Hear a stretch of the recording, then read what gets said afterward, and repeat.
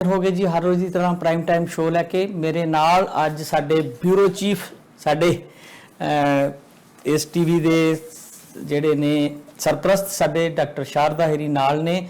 ਅਸੀਂ ਉਹਨਾਂ ਦੀ ਸਿਹਤ ਹੁਣ ਠੀਕ ਹੈ ਔਰ ਕੋਸ਼ਿਸ਼ ਕਰਿਆ ਕਰਨੀ ਹੈ ਕਿ ਹਰ ਫਰਾਈਡੇ ਔਰ ਮੰਡੇ ਵਾਲੇ ਦਿਨ ਤੁਹਾਡੇ ਨਾਲ ਡਾਕਟਰ ਸ਼ਾਰਦਾ ਹੀਰਾਂ ਦੀ ਸਾਂਝ ਪਾਇਆ ਕਰੀਏ। ਬਹੁਤ ਸਾਰੀਆਂ ਜਿਹੜੀਆਂ ਨਿਊਜ਼ ਸਾਡੀਆਂ ਇੱਥੋਂ ਦੀਆਂ ਨੇ ਉਹਨਾਂ ਬਾਰੇ ਗੱਲ ਕਰਿਆ ਕਰਾਂਗੇ ਔਰ ਇੰਟਰਨੈਸ਼ਨਲ ਨਿਊਜ਼ ਜਿਹੜੀ ਆ ਉੱਤੇ ਅਸੀਂ ਗੱਲ ਕਰਿਆ ਕਰਾਂਗੇ।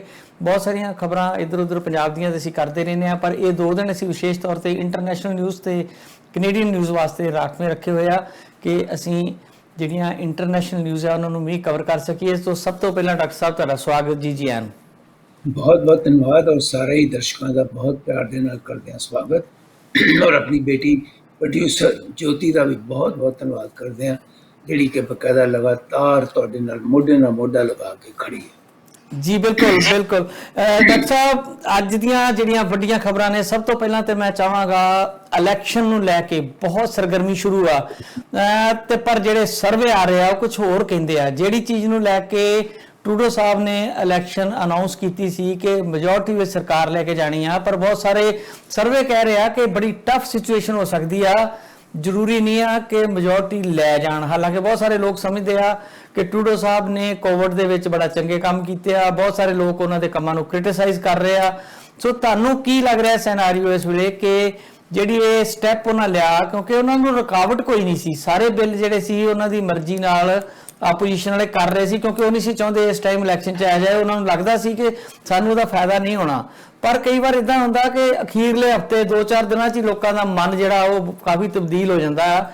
ਤੇ ਤੁਹਾਨੂੰ ਕੀ ਲੱਗ ਰਿਹਾ ਹੈ ਕਿ ਜਿਹੜੇ ਸਰਵੇ ਆ ਰਹੇ ਆ ਇਹ ਕਿੰਨੇ ਕੁ ਯੂਨੀਕ ਨੇ, ਕੀ ਲਗਭਗ ਇਹਨਾਂ ਸਰਵੇ ਦੇ ਮੁਤਾਬਕ ਗੱਲਾਂ ਹੋਣਗੀਆਂ ਜਾਂ ਅਜੇ ਲੋਕ ਮਨ ਬਦਲ ਸਕਦੇ? नहीं सर्वे के मुताबिक, क्योंकि सर्वे के उपर सर्वे जिन्ने भी सर्वे ने सारे के सारे कह रहे हैं कि इस वक्त कंजरवेटिव और लिबरल जिहड़े ने वो सर्वे दे विच दे आर इक्वल। उन्हां दी मतलब अज जिहड़ा लेटेस्ट एक सर्वे आया जिन्होंने पोल करनी सी उहदे च 34% कंजरवेटिव और 34% लिबरल पार्टी है और 19.7% NDP है। उन्होंने सीटां भी दसियां कि अगर अज उत्थे इलैक्शन हो जाए 141 सीटां जिहड़ियां ने मिलणियां लिबरल नूं, 137 मिलणियां कंजरवेटिव नूं और 36 सीटां मिलणियां NDP नूं। पहली गल ते मैं तुहाडे तो ना डिसएग्री करदा कि इन्होंने बड़े चंगे काम कीते ने। ये जिहड़े काम कीते सी ना उन्होंने कल्ले नहीं कीते, सारियां पार्टियां ने उन्हां दा साथ दिता कोविड-19 दे जिन्ने भी।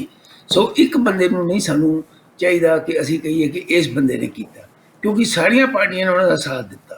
जब सारियां पार्टियां ने साथ दिता तो जिहड़े कोविड दे टाइम के उपर लोगों को मदद मिली है that is from all the parties. जी बिल्कुल, नॉट फ्रॉम वन पार्टी। किसी भी पार्टी ने अपोज नहीं किया इंक्लूडिंग कंजरवेटिव। सो इस करके असीं ये गल कही है कि सिर्फ टूडो साहब ने काम किया, know that is wrong. In fact ज़्यादा प्रैशर उन्होंने उपर कई गलों के NDP ने पाया और पहलों इन्होंने $900 देना सीगा लोगों को, फिर बाद दे विच वो 2000 NDP ने करवाया। सो देर आर सर्टन थिंग्स जिहदे विच आपां उन्हां नूं बहुत ज़्यादा जी उन्होंने मतलब दे देने क्रैडिट, जिहड़ा कि बेसिकली क्रैडिट सारियां पोलीटिकल पार्टीज नूं जांदा। अगों तुहाडी मर्जी है तुसीं किहनूं वोट पाओ तैनूं ना पाओ, लेकिन ये गल ठीक हैगी है। मैं तुहानूं एक घबराहट दस्सां लिबरल पार्टी की। अज बड़ी बड़ी खबर सीगी कि लिबरल पार्टी ने सारे MP जिहड़े कैंडीडेट्स ने उन्होंने बकायदा चिट्ठी लिख के फोन करके ये गल कही है कि जिहड़ा साडा मैनीफेस्टो है तुसीं घबराओ ना, क्योंकि अनएक्सपैक्टेड सानूं इस वक्त मुकाबला नज़र आ रहा, तुसीं नहीं घबराना, तुसीं उस मैनीफेस्टो के उपर ही गल करनी है और उस मैनीफेस्टो के उपर टिके रहना। सो इत्थों पता लगता है कि अंदरों अंदर देखो हर पार्टी के अंदरों अंदर सर्वे हो रहे होंगे ने, हर पार्टी जानती है कि असीं की कर रहे हैं। सो वो इस वक्त ये जिहड़ी पोलीटिकल पार्टियां ने वो अपना रोल प्ले कर रही हैं ने और हर रोज़ कोई ना कोई एक नवी जिहड़ी है वो वधिया जिहनूं असीं कहंदे हुंदे हां गुडीज, इलैक्शन गुडीज वो तुहानूं मिल जांदियां ने। अज जगमीत सिंह ने कहा कि मैं यूनीवर्सल फार्मा केयर करांगा जे मैं पावर च आ गया, दैट्स नंबर 1। नंबर 2 अज ट्रूडो साहब ने एक अनाउंस किया ਜਿਹਦਾ ਉਹਨਾਂ ਨੂੰ 1% ਫਾਇਦਾ ਹੋ ਸਕਦਾ ਵੋਟਾਂ ਦੇ ਵਿੱਚ। ਉਹਨਾਂ ਨੇ ਕਿਹਾ ਕਿ ਮੈਂ $1 ਬਿਲੀਅਨ ਜਿਹੜਾ ਆਪਣਾ ਵੈਕਸੀਨ ਪਾਸਪੋਰਟ ਹੈ ਉਹਦੇ ਲਈ ਖਰਚ ਕਰਾਂਗਾ, ਕਿਉਂਕਿ ਇਹ ਬੜੀ ਵੱਡੀ ਡਿਮਾਂਡ ਹੈ। ਲੋਕ ਬਾਹਰ ਟਰੈਵਲ ਕਰਨਾ ਚਾਹੁੰਦੇ ਨੇ। ਕੁਛ ਅੜੀਅਲ ਪ੍ਰੀਮੀਅਰ ਹੈਗੇ ਨੇ ਸਾਡੇ ਫੋਰਡ ਵਰਗੇ, ਜਿਨ੍ਹਾਂ ਨੂੰ ਸ਼ਾਇਦ ਇਹ ਸਮਝ ਹੀ ਨਹੀਂ ਹੈਗੀ ਕਿ ਹਾਊ ਇੰਪੋਰਟੈਂਟ ਇੱਕ ਪੇਪਰ ਜਿਹੜਾ ਹੈ, ਇੱਕ ਅਗਰ ਤੁਸੀਂ ਇਹ ਦੇ ਦਿਓ ਪੇਪਰ ਕਿ ਹਾਂਜੀ ਇਹ ਤੁਹਾਡਾ ਪਾਸਪੋਰਟ ਹੈ, ਤਾਂ what goes wrong with that. Quebec ਨੇ ਕੀਤਾ, ਹੋਰਾਂ ਸਟੇਟਸ ਨੇ ਕੀਤਾ, ਲੇਕਿਨ ਇਹ ਜਿਹੜੀਆਂ ਕੁਛ ਪੋਲੀਟੀਕਲ ਕੁਛ ਐਸੀਆਂ ਸਟੇਟਸ ਨੇ ਜਿਸ ਤਰ੍ਹਾਂ ਕਿ ਅਲਬਰਟਾ ਹੈਗੀ ਆ ਹਾਂਜੀ, ਇਹ ਆਪਣੇ ਓਨਟੇਰੀਓ ਹੈ, ਇਹੋ ਜਿਹੀ ਇੱਕ ਦੋ ਹੋਰ ਸਟੇਟਾਂ ਜਿਹੜੀਆਂ ਐਵੇਂ ਅੜੀਆਂ ਹੋਈਆਂ ਨੇ ਕਿ ਅਸੀਂ ਨਹੀਂ ਜੀ ਮੰਨ ਗਏ ਡਾਕਟਰ ਸਾਹਿਬ, ਮੰਨ ਗਏ ਨੇ ਫੋਰਡ ਸਾਹਿਬ। ਹੁਣ ਲੇਟੈਸਟ ਖਬਰ ਇਹ ਆ ਕਿ ਅਗਲੇ ਹਫਤੇ ਤੋਂ ਸ਼ੁਰੂ ਹੋ ਜਾਏਗਾ ਬਣਨਾ, ਕਿਉਂਕਿ ਪੀਲ ਨੇ ਕਹਿਤਾ ਸੀਗਾ, ਪੀਲ ਡਿਸਟ੍ਰਿਕਟ ਨੇ, ਕਿ ਜੇਕਰ ontario ਨਹੀਂ ਕਰਦਾ ਤੇ ਅਸੀਂ ਪੀਲ 'ਚ ਆਪਣੇ ਲੈਵਲ ਤੇ ਇਸ਼ੂ ਕਰ ਦਿੰਦੇ ਆ। ਤੇ ਹੁਣ ਅੱਜ ਦੀ ਜਿਹੜੀ ਹੁਣ ਲੇਟੈਸਟ ਖਬਰ ਆ ਉਹ ਫੋਰਡ ਸਾਹਿਬ ਮੰਨ ਗਏ ਨੇ, ਗੱਲ ਤੇ ਐਗਰੀ ਹੋ ਗਏ ਨੇ, ਤੇ ਅਗਲੇ ਹਫਤੇ ਜਿਹੜੇ ਆ ਉਹ ਇਸ਼ੂ ਹੋਣੇ ਸ਼ੁਰੂ ਹੋ ਜਾਣਗੇ ਜੀ। ਨਹੀਂ, ਫੋਰਡ ਸਾਹਿਬ ਵੱਲੋਂ ਕੋਈ ਇਹ ਖਬਰ ਨਹੀਂ ਆਈ। ਖਬਰ ਆਈ ਹੈ ਸੋਰਸਿਸ ਵੱਲੋਂ ਕਿ ਜਿਹੜੀ ਓਨਟੇਰੀਓ ਗਵਰਨਮੈਂਟ ਹੈ ਉਹ ਐਗਰੀ ਕਰ ਜਾਏਗੀ ਇਸ ਪ੍ਰਪੋਜ਼ਲ ਨੂੰ, ਜਿਹਦਾ ਖੁਲਾਸਾ ਅਗਲੇ ਹਫਤੇ ਕੀਤਾ ਜਾਏਗਾ। ਮੈਂ ਵੀ ਉਹ ਖਬਰ ਪੜ੍ਹੀ ਹੈ। ਉਹ 'ਚ ਫੋਰਡ ਸਾਹਿਬ ਦਾ ਕੋਈ ਨਾਮ ਨਹੀਂ ਹੈਗਾ। ਉਹ ਇਸ ਕਰਕੇ ਕਿ ਫੋਰਡ ਸਾਹਿਬ ਦੀ ਗਵਰਨਮੈਂਟ ਹੈ, ਸੋ ਇਹ ਖੁਲਾਸਾ ਇੱਕ ਸੋਰਸ ਨਿਊਜ਼ ਹੁੰਦੀ ਹੈ।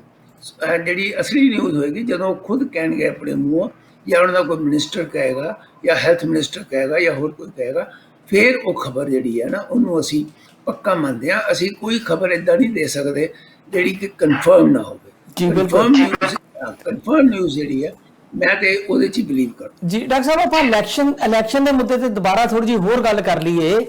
ਆਪਾਂ ਬੜੇ ਚਿਰ ਤੋਂ ਇਹ ਕਿਆਸ ਰਾਈਆਂ ਲਗਾ ਰਹੇ ਸੀ ਮੀਡੀਆ ਵਾਲੇ ਕਿ ਬਸ ਇਲੈਕਸ਼ਨ ਜਿਹੜੀ ਆ ਉਹ ਆਈ ਕਿ ਆਈ, ਔਰ ਇਹ ਫਿਰ ਕੀ ਵਜ੍ਹਾ ਸੀ? ਜੇ ਸਾਰਾ ਕੁਝ ਠੀਕ ਸਮੂਥ ਚੱਲ ਰਿਹਾ ਸੀ, ਸਾਰੀਆਂ ਪੋਲੀਟੀਕਲ ਪਾਰਟੀਆਂ ਉਹਨਾਂ ਨੂੰ ਸਪੋਰਟ ਕਰ ਰਹੀਆਂ ਸੀ, ਕੋਈ ਉਹਨਾਂ ਦਾ ਬਿੱਲ ਨਹੀਂ ਸੀ ਰੁਕ ਰਿਹਾ, ਉਹ ਇੰਨਾ ਵੱਡਾ ਉਹ ਘਟਨਾਕ੍ਰਮ ਹੋਇਆ ਸੀ, ਇੱਕ ਜਿਹੜੀ ਉਹਨਾਂ ਦੀ ਪਰਿਵਾਰਕ ਬਣੀ ਹੋਈ ਸੀ NGO, ਉਹਨੂੰ ਲੈ ਕੇ ਉਹਦੇ ਉੱਤੇ ਕੋਈ ਬਹੁਤਾ ਪ੍ਰੈਸ਼ਰ ਨਹੀਂ ਬਿਲਟ ਕੀਤਾ ਗਿਆ, ਤੇ ਫਿਰ ਟਰੂਡੋ ਸਾਹਿਬ ਨੇ ਜਿਹੜਾ ਰਾਜਨੀਤਿਕ ਫੈਸਲਾ ਲਿਆ ਆ, ਤੁਹਾਨੂੰ ਇਹ ਕੀ ਲੱਗਦਾ ਹੈ ਕਿ ਉਹਨਾਂ ਦੀ ਕੀ ਮਜਬੂਰੀ ਸੀ ਕਿ ਇੰਨੇ ਸੁਖਾਵੇਂ ਹਾਲਾਤ ਵਿੱਚ ਵੀ ਉਹਨਾਂ ਨੂੰ ਇਹ ਫੈਸਲਾ ਲੈਣਾ ਪਿਆ? ਜਾਂ ਉਹਨਾਂ ਨੂੰ ਲੱਗਦਾ ਸੀ ਕਿ ਅਸੀਂ ਬਹੁਤ ਮੈਜੋਰਟੀ ਲੈ ਜਾਣੀ ਆ, ਜਿਹੜੇ ਕਿਉਂਕਿ ਉਹਨਾਂ ਨੂੰ ਇਹੋ ਲੱਗਦਾ ਸੀ ਨਾ ਕਿ ਜੋ ਕੁਝ ਕੀਤਾ ਪਿਛਲੀ ਸਰਕਾਰ ਨੇ, ਜਿਵੇਂ ਤੁਸੀਂ ਕਹਿ ਰਹੇ ਹੋ ਕਿ ਸਾਰਿਆਂ ਦੀ ਸਹਿਮਤੀ ਨਾ ਹੋਇਆ, ਪਰ ਉਹਦਾ ਕ੍ਰੈਡਿਟ ਤੇ ਜਿਹੜਾ ਹੈਡ ਕਰ ਰਿਹਾ ਹੁੰਦਾ ਉਹਨੂੰ ਲੱਗਦਾ ਹੁੰਦਾ ਕਿ ਮੈਨੂੰ ਮਿਲ ਜਾਏਗਾ।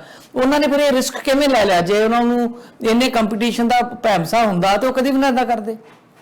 ਨਹੀਂ, ਇਹ ਜਿਹੜੀ ਗੱਲ ਹੈ ਤੁਹਾਡੀ, ਇਹ ਇੱਕ ਸਹੀ ਹੈ, ਲੇਕਿਨ ਐਟ ਦੀ ਸੇਮ ਟਾਈਮ ਸਾਨੂੰ ਇਹ ਰਿਅਲਾਈਜ਼ ਕਰਨਾ ਚਾਹੀਦਾ ਕਿ ਬੇਸਿਕਲੀ ਇਹ ਪਿਛਲੇ 2-3 ਮਹੀਨਿਆਂ ਦਾ ਜਿਹੜਾ ਸਰਵੇ ਚੱਲ ਰਿਹਾ ਸੀ ਲਿਬਰਲ ਪਾਰਟੀ ਦਾ, ਔਰ ਉਹਦੇ ਵਿੱਚ ਉਹਨਾਂ ਨੂੰ 180 ਤੋਂ 190 ਸੀਟਾਂ ਮਿਲ ਗਈਆਂ ਸੀ। 170 ਸੀਟਾਂ ਜਿਹੜੀਆਂ ਨੇ ਉਹ ਮੈਜਿਕ ਵਰਡ ਹੈ। 170 ਸੀਟਾਂ ਨਾਲ ਤੁਹਾਡੀ ਮੈਜੋਰਟੀ ਹੁੰਦੀ ਹੈ ਪਾਰਲੀਮੈਂਟ ਦੇ ਵਿੱਚ, ਕੈਨੇਡਾ ਦੇ ਵਿੱਚ। ਸੋ ਉਹ ਇੱਕ ਮੈਜਿਕ ਵਰਡ ਸੀਗਾ, ਉਹਨਾਂ ਦੇ ਦਿਮਾਗ ਦੇ ਵਿੱਚ ਇਹ ਆਇਆ ਹੋਇਆ ਸੀਗਾ ਕਿ ਮੈਂ ਆਪਣੇ ਹਿਸਾਬ ਦੇ ਨਾਲ ਫਿਰ ਮੇਰੇ 'ਤੇ ਕੋਈ ਪ੍ਰੈਸ਼ਰ ਨਹੀਂ ਹੋਏਗਾ NDP ਦਾ ਜਾਂ ਕਿਸੇ ਹੋਰ ਦਾ, ਤੇ ਸਾਨੂੰ ਮੈਜੋਰਟੀ ਮਿਲ ਜਾਣੀ ਹੈ। ਇਹ ਗਲਤ ਕੈਲਕੂਲੇਸ਼ਨ ਹੋ ਗਈ। ਮਹੀਨਾ, 2 ਮਹੀਨੇ, 3 ਮਹੀਨੇ ਪਹਿਲੋਂ ਇਲੈਕਸ਼ਨ ਅਨਾਉਂਸ ਕਰ ਦਿੰਦੇ, perhaps things would have been different, ਲੇਕਿਨ ਇਹ ਗੱਲ ਹੋਈ ਨਹੀਂ ਇਸ ਤਰ੍ਹਾਂ। ਉਹਨਾਂ ਦੀ ਆਪਣੀ ਦੇਖੋ, ਪੋਲੀਟੀਸ਼ੀਅਨ ਨੇ, ਆਫਟਰ ਹਿਊਮਨ ਬੀਇੰਗ ਨੇ, ਉਹਨਾਂ ਦੀਆਂ ਵੀ ਕੈਲਕੂਲੇਸ਼ਨਾਂ ਗਲਤ ਹੋ ਸਕਦੀਆਂ ਨੇ, ਉਹਨਾਂ ਦੇ ਫੈਸਲੇ ਵੀ ਕਦੀ ਗਲਤ ਹੋ ਸਕਦੇ ਨੇ। ਸੋ ਇਹ ਇੱਕ ਪੋਲੀਟੀਕਲ ਡਿਸੀਜ਼ਨ ਹੈ ਜਿਹੜਾ ਕਿ it may prove right, it may not prove, ਕਿਉਂਕਿ ਇਲੈਕਸ਼ਨ ਜਿਹੜੇ ਨੇ ਆਖਰੀ ਹਫਤੇ ਦੇ ਵਿੱਚ ਵੀ ਬਦਲ ਜਾਂਦੇ ਨੇ। So you never know what will come. ਲੇਕਿਨ ਇਸ ਵਕਤ ਜਿਹੜੀ ਮੈਂ ਜਸਟਿਨ ਟਰੂਡੋ ਦੀ ਬੋਡੀ ਲੈਂਗੁਏਜ ਦੇਖਦਾ when he talks on the with press conference and otherwise, ਉਹ ਬੋਡੀ ਲੈਂਗੁਏਜ ਜਿਹੜੀ ਹੈ ਬਹੁਤ ਢਿੱਲੀ ਹੋ ਗਈ ਦੀ ਹੈ। ਉਹ ਉਨੀ ਇਫੈਕਟਿਵ ਨਹੀਂ ਰਹੀ ਜਿੰਨੀ ਕਿ ਪਹਿਲੋਂ ਹੁੰਦੀ ਸੀ, ਜਾਂ ਇਲੈਕਸ਼ਨ ਅਨਾਉਂਸ ਕਰਨ ਤੋਂ ਪਹਿਲੋਂ ਵੈਨ ਹੀ ਵਾਸ ਟਾਕਿੰਗ।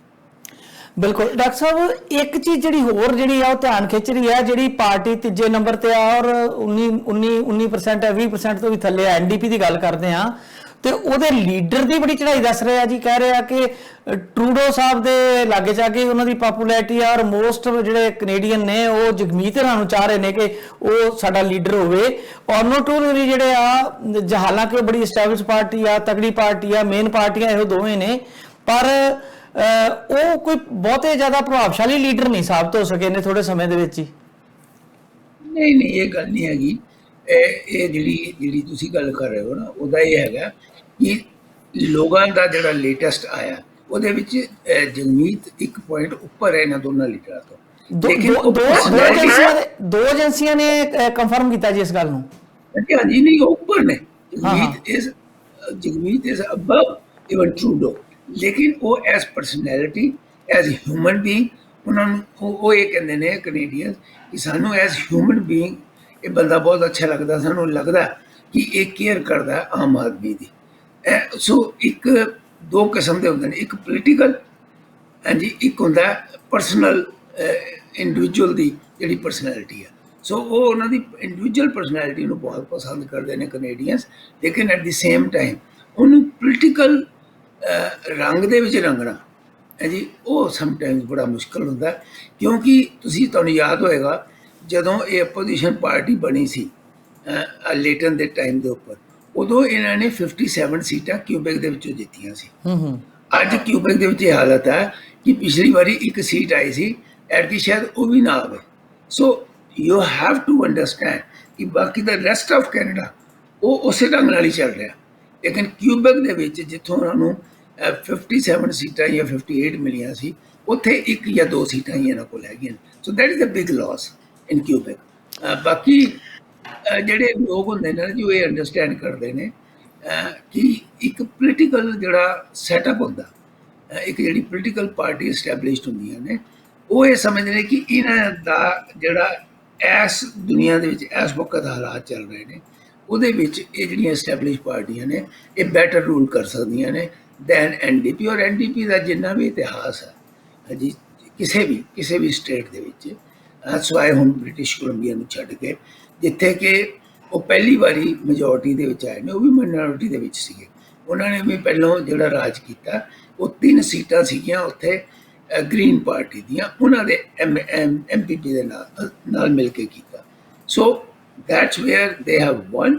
ਲੇਕਿਨ ਅਦਰਵਾਈਜ਼ ਜਿੱਥੇ ਵੀ ਉਹਨਾਂ ਨੇ ਰਾਜ ਕੀਤਾ, ਅਲਬਰਟਾ ਦੇ ਲੋ ਇੱਕੋ ਟਰਮ ਹੋਈ, ਇੱਥੇ ਓਨਟਾਰੀਓ ਵਿੱਚ ਤੇ ਹਾਲਤ ਇੰਨੀ ਖਰਾਬ ਕਰ ਦਿੱਤੀ ਬਾਬਰੇ ਹਾਂਜੀ, ਉਹ ਲੋਕ ਯਾਦ ਕਰਦੇ ਹਾਂ ਜੀ ਡਾਕਟਰ ਸਾਹਿਬ। ਪਰ ਇੱਕ ਗੱਲ ਹੈ ਜੇ ਇਹਦਾ ਮਤਲਬ ਇਹ ਹੋਇਆ ਕਿ ਕੈਨੇਡੀਅਨ ਵੋਟਰ ਜਿਹੜਾ ਆ ਉਹ ਇੰਨਾ ਅਵੇਅਰ ਹੈ ਕਿ ਉਹ ਜਿਹੜੀ ਪੋਲਿਟਿਕਸ ਆਪਣੀ ਕਰਦਾ ਆ ਉਹਨੂੰ ਪਾਸੇ ਰੱਖਦਾ ਆ ਤੇ ਉਹਦੀ ਪਰਸਨਲ ਪਸੰਦ ਪਾਸੇ ਆ, ਚਿਹਰੇ ਦੀ ਰਾਜਨੀਤੀ ਨਹੀਂ ਕਰਦਾ, ਉਹ ਏਜੰਡੇ ਦੀ ਰਾਜਨੀਤੀ ਕਰਦਾ। ਮਤਲਬ ਆਮ ਪਬਲਿਕ ਜਿਹੜੀ ਆ ਉਹ ਇੰਨੀ ਅਵੇਅਰਨੈਸ ਹੈ ਕਿ ਉਹਨਾਂ ਨੂੰ ਪਤਾ ਹੈ ਕਿ ਕਿਹੜੀ ਪਾਰਟੀ ਦਾ ਜਿਹੜਾ ਏਜੰਡਾ ਆ ਜਾਂ ਪਾਰਟੀ ਪ੍ਰੋਗਰਾਮ ਹੈ, ਪਲੇਟਫਾਰਮ ਆ, ਉਹਦੇ ਪਿੱਛੇ ਜਾਣਾ ਆ।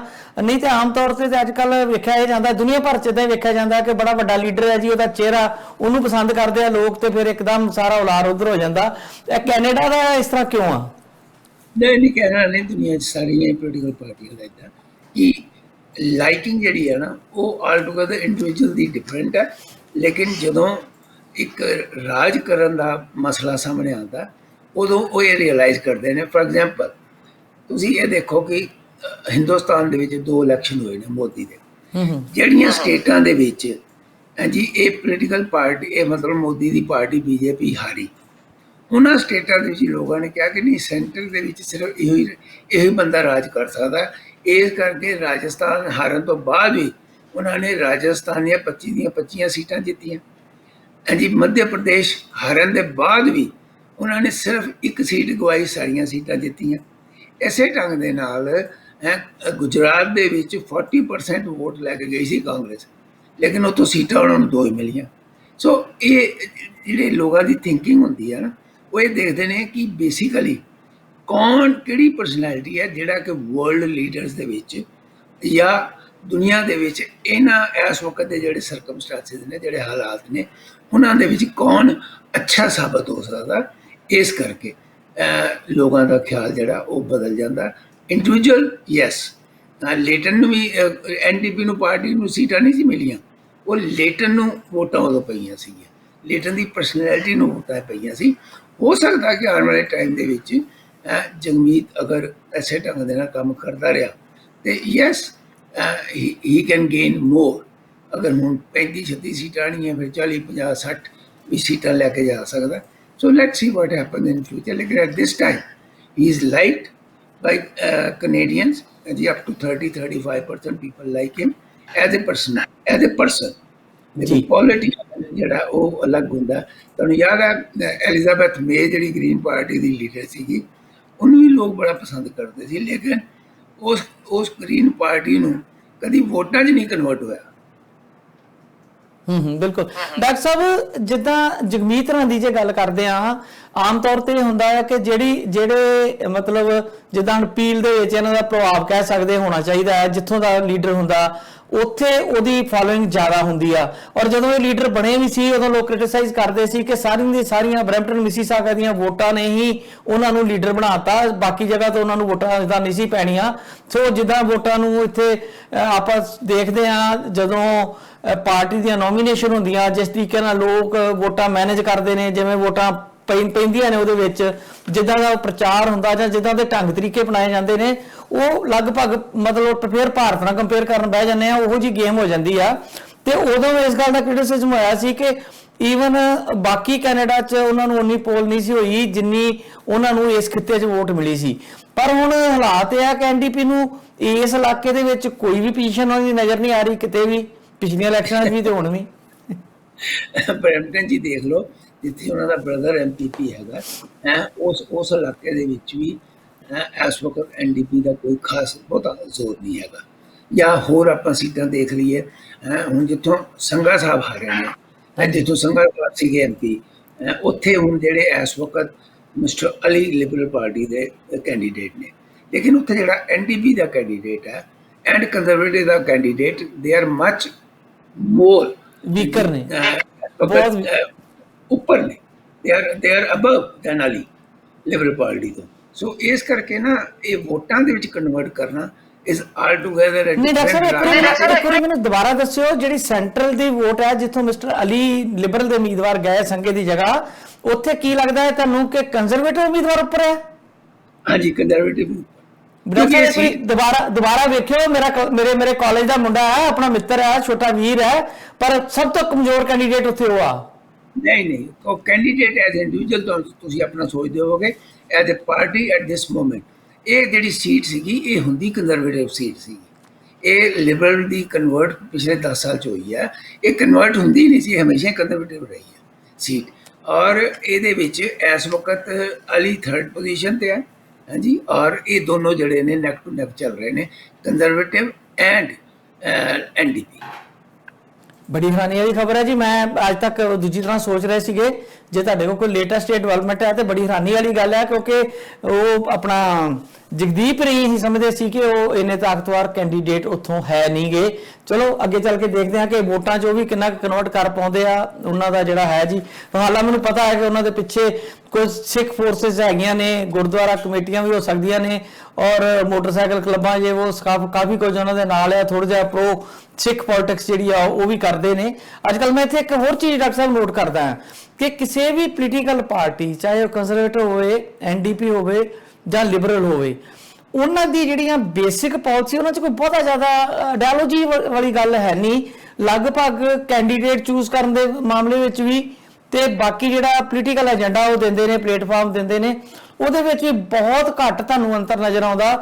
ਹਾਲਾਂਕਿ ਕੰਜ਼ਰਵੇਟਿਵ ਦਾ ਤੇ ਲਿਬਰਲ ਦਾ ਤੇ ਬਹੁਤ ਅੰਤਰ ਹੁੰਦਾ ਹੀ ਸੀ। ਪਹਿਲਾਂ ਸੋਚਦੇ ਸੀਗੇ ਕਿ ਇਹ ਜਿੱਦਾਂ ਲੋਕੀ ਕਹਿੰਦੇ ਆ ਕਿ ਕੰਜ਼ਰਵੇਟਿਵ ਜਿਹੜੇ ਆ ਉਹ ਬਜਟ ਡੈਫੀਸਿਟ ਵੱਲ ਕਰਦੇ ਆ ਧਿਆਨ, ਵੀ ਨਹੀਂ ਹੋਣ ਦੇਣਾ, ਟੈਕਸ ਵੱਲ ਧਿਆਨ ਕਰਦੇ ਆ, ਜਾਂ ਜਿੱਦਾਂ ਹਾਰਪਰ ਵੇਲੇ ਗੱਲ ਆਪਾਂ ਕਰਦੇ ਸੁਣਦੇ ਆਏ ਹੁਣ ਤੱਕ। ਪਰ ਜਿਸ ਤਰੀਕੇ ਕੈਂਡੀਡੇਟ ਦੀ ਚੋਣ ਹੁੰਦੀ ਆ, ਮੈਨੂੰ ਐਂ ਲੱਗਦਾ ਕਿ ਜਿੱਦਾਂ ਕੋਈ ਵੀ ਵਿਅਕਤੀ ਕਦੀ ਕਿਸੇ ਪਾਰਟੀ ਵੱਲੋਂ ਹੋ ਸਕਦਾ, ਕਿਤੇ ਉਸਦਾ ਕੋਈ ਬਹੁਤਾ ਜ਼ਿਆਦਾ ਆਈਡੀਓਲੋਜੀ ਦਾ ਫਰਕ ਜਿਹਾ ਉਹ ਨਜ਼ਰ ਨਹੀਂ ਆਉਂਦਾ ਪਾਰਟੀਆਂ 'ਚ। ਸਾਰੀ ਦੁਨੀਆ ਦੇ ਵਿੱਚ ਜਿਹੜੀ ਰਾਈਟਿਸਟ ਮੂਵਮੈਂਟ ਹੈ ਨਾ, ਉਹ ਪਹਿਲਾਂ ਬੜੀ ਉੱਠੀ, ਲੇਕਿਨ ਰਾਈਟਿਸਟ ਮੂਵਮੈਂਟ ਵਾਲਿਆਂ ਨੇ ਏਜੰਡਾ ਜਿਹੜਾ ਉਹ ਹੁਣ ਸੋਸ਼ਲਿਜ਼ਮ ਦਾ ਅਡਾਪਟ ਕਰ ਰਹੇ ਨੇ। ਪ੍ਰਾਈਮ ਮਿਨਿਸਟਰ ਆਫ ਇੰਗਲੈਂਡ ਉਹ ਵੀ ਸੋਸ਼ਲਿਜ਼ਮ ਦਾ ਏਜੰਡਾ ਅਡਾਪਟ ਕਰ ਰਿਹਾ। ਜਿੰਨਾ ਵੀ ਐਨਡੀਪੀ ਦਾ ਮੈਨੀਫੈਸਟੋ ਸੀਗਾ, 60% to 70% ਲਿਬਰਲ ਪਾਰਟੀ ਨੇ, ਜਦੋਂ ਟਰੂਡੋ ਨੇ ਆਪਣਾ 2014 'ਚ ਇਲੈਕਸ਼ਨ ਲੜਿਆ, ਉਹ ਉਹਨਾਂ ਨੇ ਏਜੰਡਾ ਚੋਂ ਪਿਕਅਪ ਕਰ ਲਿਆ। ਹਾਂਜੀ, ਇਸੇ ਢੰਗ ਦੇ ਨਾਲ ਕੱਲ੍ਹ ਨੂੰ ਕੋਈ ਵੀ ਤੁਸੀਂ ਦੇਖੋਗੇ, ਈਵਨ ਇਨ ਬਿਗ ਕੰਟਰੀਜ਼ ਜਿੱਥੇ ਕਿ ਬੜਾ ਹੀ ਸੋ ਕਾਲਡ ਅਸੀਂ ਕਹਿੰਦੇ ਹਾਂ ਰਾਈਟਿਸਟ ਮੂਵਮੈਂਟ ਨੇ, ਅੱਜ ਕੱਲ੍ਹ ਜਿਹੜਾ ਪੈਸਾ ਵੰਡਣ ਦਾ ਰਿਵਾਜ ਆਇਆ ਨਾ, ਹਾਂਜੀ, ਕਿ ਪੈਸੇ ਦੇਈ ਜਾਓ ਲੋਕਾਂ ਨੂੰ, ਗੁੱਡੀਜ਼ ਦੇਈ ਜਾਓ, ਲੇਕਿਨ ਇਹ time will come when ultimately countries ਜਿਹੜੀਆਂ ਨੇ they are going to suffer a lot। Subsidies ਜਿਹੜੀਆਂ ਨੇ ਉਹ ਕੰਟਰੀ ਦੀ ਆਉਣ ਵਾਲੇ ਟਾਈਮ ਦੇ ਵਿੱਚ ਇਕਨੋਮੀ ਨੂੰ ਕਿਲ ਕਰਦੀਆਂ ਨੇ। We don't think about our kids, we don't think about our grandkids, we think at this time what is happening now। ਇਸ ਵਕਤ ਸਾਡੇ ਕੋਲ ਕੀ ਆ ਰਿਹਾ, ਹਾਂਜੀ ਸਾਨੂੰ ਕੀ ਮਿਲ ਰਿਹਾ। ਅਸੀਂ ਇਹ ਨਹੀਂ ਸੋਚਦੇ ਕਿ ਇਹਦਾ ਭੁਗਤਾਨ ਕਿੱਦਾਂ ਹੋਣਾ। ਅਸੀਂ ਕਹਿੰਦੇ ਯਾਰ ਕਮਾਲ ਕਰਤਾ ਜੀ, ਆਂਦੇ ਹੀ ਇਹਨਾਂ ਨੇ $500 ਲਗਾ ਦਿੱਤੇ, ਬੱਚਿਆਂ ਦੇ ਇਹ ਕਰਤਾ ਉਹ ਕਰਤਾ। But that is not how the country should be run। country should be run properly economically, ਜਿਹਦੇ ਵਿੱਚ ਸ਼ੇਅਰ ਜਿਹੜਾ ਹੈ ਫਾਈਨੈਂਸਿਸ ਦਾ ਜਿੱਥੇ ਲੋਕਾਂ ਦਾ ਹੁੰਦਾ ਜੀ ਉੱਥੇ ਗਵਰਨਮੈਂਟ ਦਾ ਦੋਨਾਂ ਦਾ ਮਿਲ ਕੇ ਹੋਣਾ ਚਾਹੀਦਾ। ਔਰ ਜਿੱਥੇ ਤੁਹਾਡੀ ਗੱਲ ਠੀਕ ਹੈ, ਕਿਉਂਕਿ ਅਗਰ ਤੁਸੀਂ ਦੁਨੀਆ ਦੇ ਵਿੱਚ ਹਰ ਚੀਜ਼ ਅਗਰ ਅਸੀਂ ਮੁਫਤ ਹੀ ਹੁਣ ਦਿੰਦੇ ਰਹਿਣਾ ਤੇ ਫਿਰ ਆਪਣਾ ਹਰਜੀਤ ਜੀ ਇਹ ਗੱਲ ਤੇ ਤੁਸੀਂ ਦੇਖ ਲੈਣਾ ਕਿ ਇੱਕ ਵਾਰੀ ਨਹੀਂ ਕਈ ਕੰਟਰੀਜ਼ ਦੁਨੀਆ ਦੇ ਵਿੱਚ ਤਬਾਹ ਹੋਈਆਂ ਨੇ ਫਾਈਨੈਂਸ਼ੀਅਲੀ, ਬਹੁਤ ਕੰਟਰੀਜ਼। ਅੱਜ ਤੋਂ ਤੁਸੀਂ ਸੈਕੰਡ ਵਰਲਡ ਵਾਰ ਤੋਂ ਪਹਿਲਾਂ ਹੀ ਲੈ ਲਓ ਕਿ ਇੰਗਲੈਂਡ ਹਰ ਜਗ੍ਹਾ ਦੇ ਉੱਪਰ ਹੁੰਦਾ ਸੀ, ਲੇਕਿਨ ਸੈਕੰਡ ਵਰਲਡ ਵਾਰ ਦੇ ਬਾਅਦ ਐਸੀ ਤਬਾਹੀ ਆਈ ਹਾਂਜੀ ਕਿ ਅੱਜ ਇੰਗਲੈਂਡ ਜਿਹੜਾ ਉਹ ਆਪਣੀ ਇਕਨੋਮੀ ਨੂੰ ਵਧਾ ਹੀ ਨਹੀਂ ਸਕਿਆ, ਉੱਥੇ ਦਾ ਉੱਥੇ ਹੀ ਖੜਾ ਹੈ 3 ਟ੍ਰਿਲੀਅਨ ਦੇ ਉੱਪਰ ਜਾਂ 2.7 ਟ੍ਰਿਲੀਅਨ। ਡਾਕਟਰ ਸਾਹਿਬ ਬੜੇ ਪਾਵਰਫੁਲ ਉੱਥੇ ਉਹਨਾਂ ਦੇ ਟੋਰੀ ਪਾਰਟੀ ਦੇ ਲੀਡਰ ਆਉਂਦੇ ਰਹੇ ਆ। ਜੇ ਮਤਲਬ ਟੋਰੀ ਪਾਰਟੀ ਦਾ ਇਹ ਹੁੰਦਾ ਜਿੱਦਾਂ ਤੁਸੀਂ ਆਪਾਂ ਸਾਰੇ ਸਮਝਦੇ ਆ ਕਿ ਉਹਨਾਂ ਦਾ ਹਮੇਸ਼ਾ ਇਹ ਹੁੰਦਾ ਹੈ ਕਿ ਅਸੀਂ ਆਪਣੇ ਕੰਟਰੀ ਦੀ ਇਕਨੋਮੀ ਪਹਿਲਾਂ ਵੇਖਣੀ ਆ, ਬਾਕੀ ਚੀਜ਼ਾਂ ਜਿਹੜੇ ਪਾਪੂਲਰ ਨਾਰੇ ਆ ਜਾਂ ਜਿਹੜੀਆਂ ਫੈਸਿਲਿਟੀ ਲੋਕਾਂ ਨੂੰ ਇਦਾਂ ਦੀਆਂ ਦਿੰਦੇ ਆ ਉਹ ਬਾਅਦ ਚ ਵੇਖਾਂਗੇ। ਪਰ ਉੱਥੇ ਤੇ ਬੜੇ ਬੜੇ ਤਗੜੇ ਲੀਡਰ ਵੇਖੋ ਕਿੰਨੇ ਚਿਰ ਰਹੇ, ਹੁਣ ਵੀ ਉੱਥੇ ਆਪਣੇ ਜਾਰਜ ਬੋਰਸ ਜਿਹੜੇ ਆ ਉਹ ਕੰਜ਼ਰਵੇਟਿਵ ਹੀ ਨੇ, ਉਹ ਤੋਂ ਪਹਿਲਾਂ ਦੇ ਜਿਹੜੇ ਲੀਡਰਾਂ ਨੂੰ ਵੇਖੀਏ ਬੜੇ ਤਗੜੇ ਮਤਲਬ ਪਾਵਰਫੁਲ ਲੀਡਰ ਰਹੇ ਆ, ਫਿਰ ਉਹਨਾਂ ਨੇ ਕਿਉਂ ਨਾ ਆਪਣੀ ਇਕਨੋਮੀ ਨੂੰ ਕੰਟਰੋਲ ਕੀਤਾ ਜੀ? ਥੈਚਰ ਦੇ ਬਾਅਦ ਜਿੰਨੇ ਵੀ ਦੋ ਪ੍ਰਾਈਮ ਮਿਨਿਸਟਰ ਆਏ ਨੇ ਕੰਜ਼ਰਵੇਟਿਵ, ਉਹ ਸਾਰੇ ਦੇ ਸਾਰੇ ਲੇਬਰ ਪਾਰਟੀ ਦਾ ਏਜੰਡਾ ਪਿਕਅਪ ਕਰਦੇ ਸੀਗੇ ਤਾਂ ਕਿ ਵੀ ਅਸੀਂ ਪ੍ਰਾਈਮ ਮਿਨਿਸਟਰ ਬਣੀਏ। ਲੋਕਾਂ ਦੇ ਵਿੱਚ ਨਾ ਚੇਂਜ ਆ ਰਹੀ ਸੀਗੀ ਔਰ ਉਹ ਜਿਹੜੀ ਸੋਸ਼ਲਿਸਟ ਪਾਲਿਸੀਜ਼ ਨੇ ਉਹਨਾਂ ਦੇ ਵਿੱਚ ਉਹਨਾਂ ਨੇ ਵੀ ਆਪਣੇ ਆਪ ਨੂੰ ਅਡਾਪਟ ਕਰ ਲਿਆ। ਮੈਂ ਹੁਣ ਤੁਹਾਨੂੰ ਬੋਰਿਸ ਜੌਨਸਨ ਦੀ ਗੱਲ ਦੱਸੀ ਹੈ ਕਿ ਜੌਨਸਨ ਹੁਣ ਖੁਦ ਹਾਂਜੀ ਮਤਲਬ ਗੁੱਡੀਜ਼ ਦੇਣ ਲੱਗ ਪਿਆ ਇੰਗਲੈਂਡ ਦੇ ਵਿੱਚ।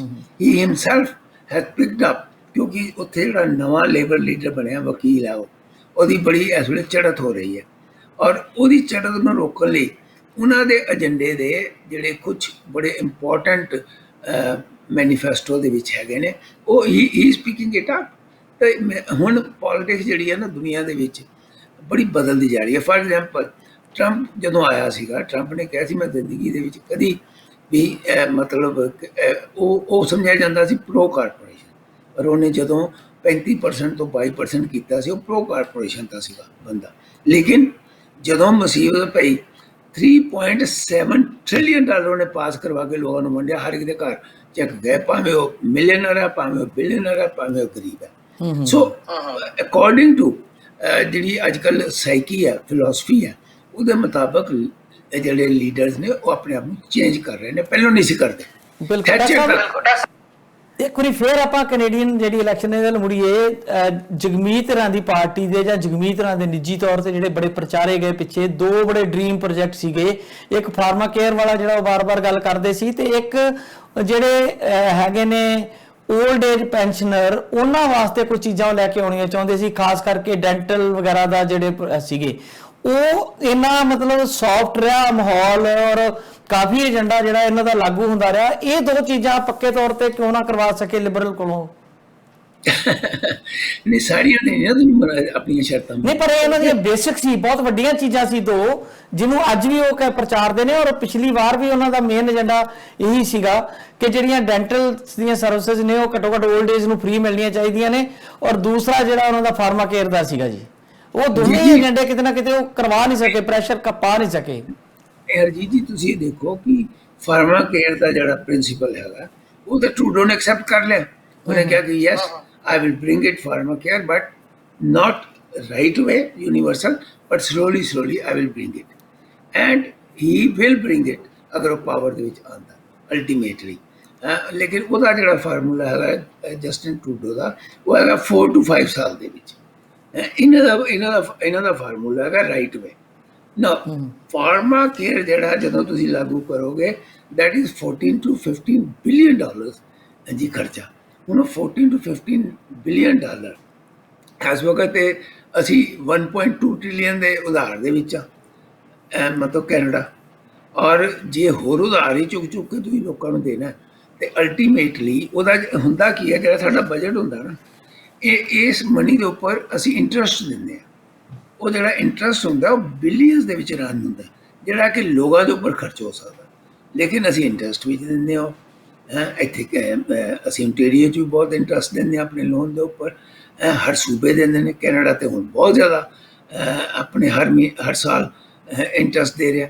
ਸੋ ਯੂ ਹੈਵ ਟੂ ਸੀ ਕਿ ਹਾਂ ਵੀ ਸਾਡੇ ਕੋਲ ਆਉਣ ਵਾਲੇ ਟਾਈਮ 'ਚ ਖਜ਼ਾਨਾ ਹੈ ਵੀ ਹੈ ਜਾਂ ਨਹੀਂ ਹੈਗਾ। ਸੋ ਜਦੋਂ ਖਜ਼ਾਨੇ ਰਾਜੇਸ਼ ਹੈ, ਜਦੋਂ ਸ਼ਾਹਜਹਾਂ ਵਰਗਾ ਆਇਆ ਤੇ ਉਹਨੇ ਖਜ਼ਾਨਾ ਖਾਲੀ ਕਰ ਦਿੱਤਾ। ਫਿਰ 25 ਸਾਲ ਔਰੰਗਜ਼ੇਬ ਲੜਾਈ ਲੜਦਾ ਰਿਹਾ, ਖਜ਼ਾਨਾ ਸਾਰਾ ਹੀ ਖਤਮ ਹੋ ਗਿਆ। ਔਰੰਗਜ਼ੇਬ ਦੇ ਬਾਅਦ ਕਿਉਂਕਿ ਖਜ਼ਾਨਾ ਹੀ ਨਹੀਂ ਹੈਗਾ, ਇਸ ਕਰਕੇ ਤੁਸੀਂ ਨਾ ਫੌਜ ਰੱਖ ਸਕਦੇ ਹੋ, ਨਾ ਫੌਜਾਂ ਨੂੰ ਦੇ ਸਕਦੇ ਹੋ। ਗੱਲ ਖਤਮ ਹੋ ਗਈ। ਐਡਾ ਵੱਡਾ ਰਾਜ ਜਿਹੜਾ ਇਨ ਨੋ ਟਾਈਮ ਖਤਮ ਹੋ ਗਿਆ। ਸੋ ਇਹ ਚੀਜ਼ਾਂ ਜਿਹੜੀਆਂ ਨੇ ਬੜੀਆਂ ਸੀਰੀਅਸ ਹੁੰਦੀਆਂ ਨੇ, and one has to think about it. ਬਿਲਕੁਲ ਡਾਕਟਰ ਸਾਹਿਬ, ਇਹ ਤੇ ਤੁਹਾਡੀ ਗੱਲ ਨਾਲ ਸਹਿਮਤੀ ਆ, ਪਰ ਹੁਣ ਦੇਖੋ ਜਿਹੜਾ ਕੋਵਿਡ ਦਾ ਅਸੀਂ ਨਿਕਲ ਰਹੇ ਹਾਂ ਉਹ ਚੋਂ, ਮਹਾਮਾਰੀ ਦੇ ਵਿੱਚੋਂ, ਇਹਦੇ ਵਿੱਚ ਜਿੰਨੇ ਵਪਾਰਕ ਅਦਾਰੇ ਨੇ, ਬੈਂਕਾਂ ਤੋਂ ਲੈ ਕੇ ਜਿਨ੍ਹਾਂ ਨੇ ਵੈਕਸੀਨ ਬਣਾਈ, ਉਹਨਾਂ ਨੇ ਬਿਲੀਅਨ ਡਾਲਰ ਕਮਾਇਆ। ਤੇ ਜਦੋਂ ਸਰਕਾਰਾਂ ਇਸ ਮੁਸੀਬਤ 'ਚ ਹੁੰਦੀਆਂ ਨੇ ਤੇ ਜਿਨ੍ਹਾਂ ਨੇ ਇੰਨਾ ਜ਼ਿਆਦਾ ਕਮਾਇਆ ਉਹਨਾਂ ਤੇ ਥੋੜਾ ਜਿਹਾ ਟੈਕਸ ਵੀ ਵਧਾ ਸਕਦੇ ਆ। ਟੈਕਸ ਤੋਂ ਹੀ ਕਰਨੀ ਹੁੰਦੀ ਆ। ਜਿਹੜਾ ਆਮ ਗਰੀਬ ਵਿਅਕਤੀ ਜਾਂ ਸਧਾਰਨ ਵਿਅਕਤੀ ਆ, ਜਿਹੜਾ 8 ਘੰਟੇ ਦੀ ਜੌਬ ਕਰਨ ਵਾਲਾ ਵਿਅਕਤੀ ਆ, ਕੋਈ ਵੇਅਰ ਹਾਊਸ ਦੀ ਕਰਨ ਵਾਲਾ, ਉਹਦੇ ਤੇ ਟੈਕਸਾਂ ਨਾਲ ਦਮ ਘੁੱਟੇ ਪਏ ਆ। ਤੁਸੀਂ ਬਰੈਂਪਟਨ ਦੇ ਟੈਕਸਾਂ ਦੀ ਹਾਲਤ ਵੇਖ ਲਓ। ਜਿਹੜੇ ਹਾਊਸ ਦੇ ਟੈਕਸ ਨੇ, ਮੈਨੂੰ ਯਾਦ ਹੈ ਜਦੋਂ ਮੈਂ ਘਰ ਲਿਆ ਸੀਗਾ ਤੇ ਉਹ ਮੇਰਾ ਸਾਰਾ 350 400 ਟੈਕਸ ਸੀਗਾ। ਇਹ ਅਜੇ ਬਹੁਤ ਪੁਰਾਣੀ ਗੱਲ ਨਹੀਂ ਹੈ। ਤੇ ਹੁਣ ਉਹ ਟੈਕਸ ਜਿਹੜਾ ਪਰ ਮੰਥ 800, ਇਹ ਜਿੰਨੇ ਚ ਬੰਦਾ ਬੇਸਮੈਂਟ ਕਿਰਾਏ ਤੇ ਲੈ ਸਕਦਾ ਉਹਨਾਂ ਦਾ ਤੁਸੀਂ ਘਰ ਦਾ ਟੈਕਸ ਪੇ ਕਰ ਰਹੇ ਹੋ। ਤੇ ਮੈਨੂੰ ਇਹ ਨਹੀਂ ਸਮਝ ਲੱਗਦੀ ਕਿ ਜਿਹੜਾ ਇੰਨੀ ਸਖਤੀ ਨਾਲ ਆਮ ਸਧਾਰਨ ਵਿਅਕਤੀਆਂ ਕੋਲ ਟੈਕਸ ਲਿਆ ਜਾਂਦਾ, ਫਿਰ ਉਹ ਕੰਜ਼ਰਵੇਟਿਵ ਪਾਲਿਸੀ ਵਾਲੀ ਗੱਲ ਹੋ ਜਾਣੀ ਆ ਕਿ ਜਿੰਨੀਆਂ ਕੰਪਨੀਆਂ ਨੇ, ਜਿਹੜੇ ਬੈਂਕਾਂ ਨੇ, ਜਿਹੜਿਆਂ ਅਦਾਰੇ ਡਿਕਲੇਅਰ ਕਰਦੇ ਨੇ ਹਰ 3 ਮਹੀਨਿਆਂ ਬਾਅਦ ਕਿ ਅਸੀਂ ਇੰਨੇ ਬਿਲੀਅਨ ਕਮਾ ਲਿਆ, ਉਹਨਾਂ ਵੱਲ ਕਿਉਂ ਉਹਨਾਂ ਦੀ ਨਜ਼ਰ ਸਵਾਲੀ ਰਹਿੰਦੀ ਸਾਰਿਆਂ ਦੀ? ਬਿਲਕੁਲ ਆਈ। ਜਸਟਿਨ ਟਰੂਡੋ ਨੇ 2 ਦਿਨ ਪਹਿਲਾਂ ਕਿਹਾ ਕਿ ਮੈਂ $1 ਬਿਲੀਅਨ ਦਾ ਪ੍ਰੋਫਿਟ ਜਿਹੜਾ ਛੱਡ ਕੇ ਬੈਂਕਾਂ ਨੂੰ, ਉਹਦੇ ਬਾਅਦ 10 ਤੋਂ 15% ਮੈਂ ਟੈਕਸ ਲਗਾਵਾਂਗਾ। He said that. ਹਾਂਜੀ, ਉਹਦੀ ਸਟੇਟਮੈਂਟ ਆ ਗਈ ਹੈ, ਜਿਹਨੂੰ ਬਹੁਤ ਜ਼ਿਆਦਾ ਕ੍ਰਿਟਿਸਾਈਜ਼ ਕੀਤਾ ਬੈਂਕਾਂ ਦੇ CEO ਨੇ। ਅੱਛਾ, ਨੰਬਰ 1। ਨੰਬਰ 2, ਤੁਸੀਂ ਕਿਹਾ ਵੈਕਸੀਨ ਦੀਆਂ ਕੰਪਨੀਆਂ ਨੇ ਬਿਲੀਅਨਸ ਟ੍ਰਿਲੀਅਨਸ ਬਣਾ ਲਏ ਨੇ। ਦੇਖੋ, ਵੈਕਸੀਨ ਬਣਾ ਕੇ ਉਹਨਾਂ ਨੇ ਲੋਕਾਂ ਦੀ ਜਾਨ ਬਚਾਈ ਹੈ, ਉਹ ਜਾਇਜ਼ ਹੈ। ਉਹਦੇ ਤੇ ਤੁਸੀਂ ਇਹ ਤੇ ਕਹਿ ਸਕਦੇ ਹੋ ਕਿਉਂਕਿ ਖਰੀਦਿਆ ਤੇ ਗਵਰਨਮੈਂਟ ਨੇ ਨਾ ਸਭ ਜਗ੍ਹਾ ਤੇ, ਤਕਰੀਬਨ ਇਨ every country government has bought it. ਪੈਸਾ ਤੇ ਟੈਕਸ ਪੇਅਰ ਦੇ ਪੈਸੇ ਨਾਲ ਖਰੀਦਿਆ ਨਾ ਜੀ। ਗਵਰਨਮੈਂਟ ਨੇ ਖਰੀਦਿਆ ਜਾਂ ਪਬਲਿਕ ਨੇ ਖਰੀਦਿਆ, ਉਹ ਕੰਨ ਨੇ ਸਿੱਧਾ ਨਹੀਂ ਫੜਿਆ, ਪੁੱਠੇ ਪਾਸੋਂ ਫੜ ਲਿਆ, ਗੱਲ ਤੇ ਇੱਕੋ ਹੀ ਆ। ਅਗੇਨ ਉੱਥੇ ਆ ਜਾਣੀ ਹੈ, ਫਿਰ ਸਾਡੇ ਕੋਲ ਜਾਣਾ ਨਾ ਜੀ। ਉਹ ਤਾਂ ਮੈਂ ਪਹਿਲਾਂ ਹੀ ਕਿਹਾ ਕਿ ਇਹ ਪੈਸਾ ਤੇ ਸਾਡਾ ਤੁਹਾਡਾ ਹੀ ਉੱਥੇ ਗਿਆ, ਟੈਕਸ ਮਨੀ ਤੋਂ ਖਰੀਦਿਆ ਗਿਆ, ਲੇਕਿਨ ਉਹ ਸਾਨੂੰ ਚੁਭਦਾ ਨਹੀਂ ਹੈਗਾ। ਲਓ ਜੀ, ਗਵਰਨਮੈਂਟ ਵੱਲੋਂ ਸਾਨੂੰ ਸ਼ਾਰਟਸ ਲੱਗ ਰਹੇ ਨੇ, ਗਵਰਨਮੈਂਟ ਖਰਚ ਕਰ ਰਹੀ ਹੈ।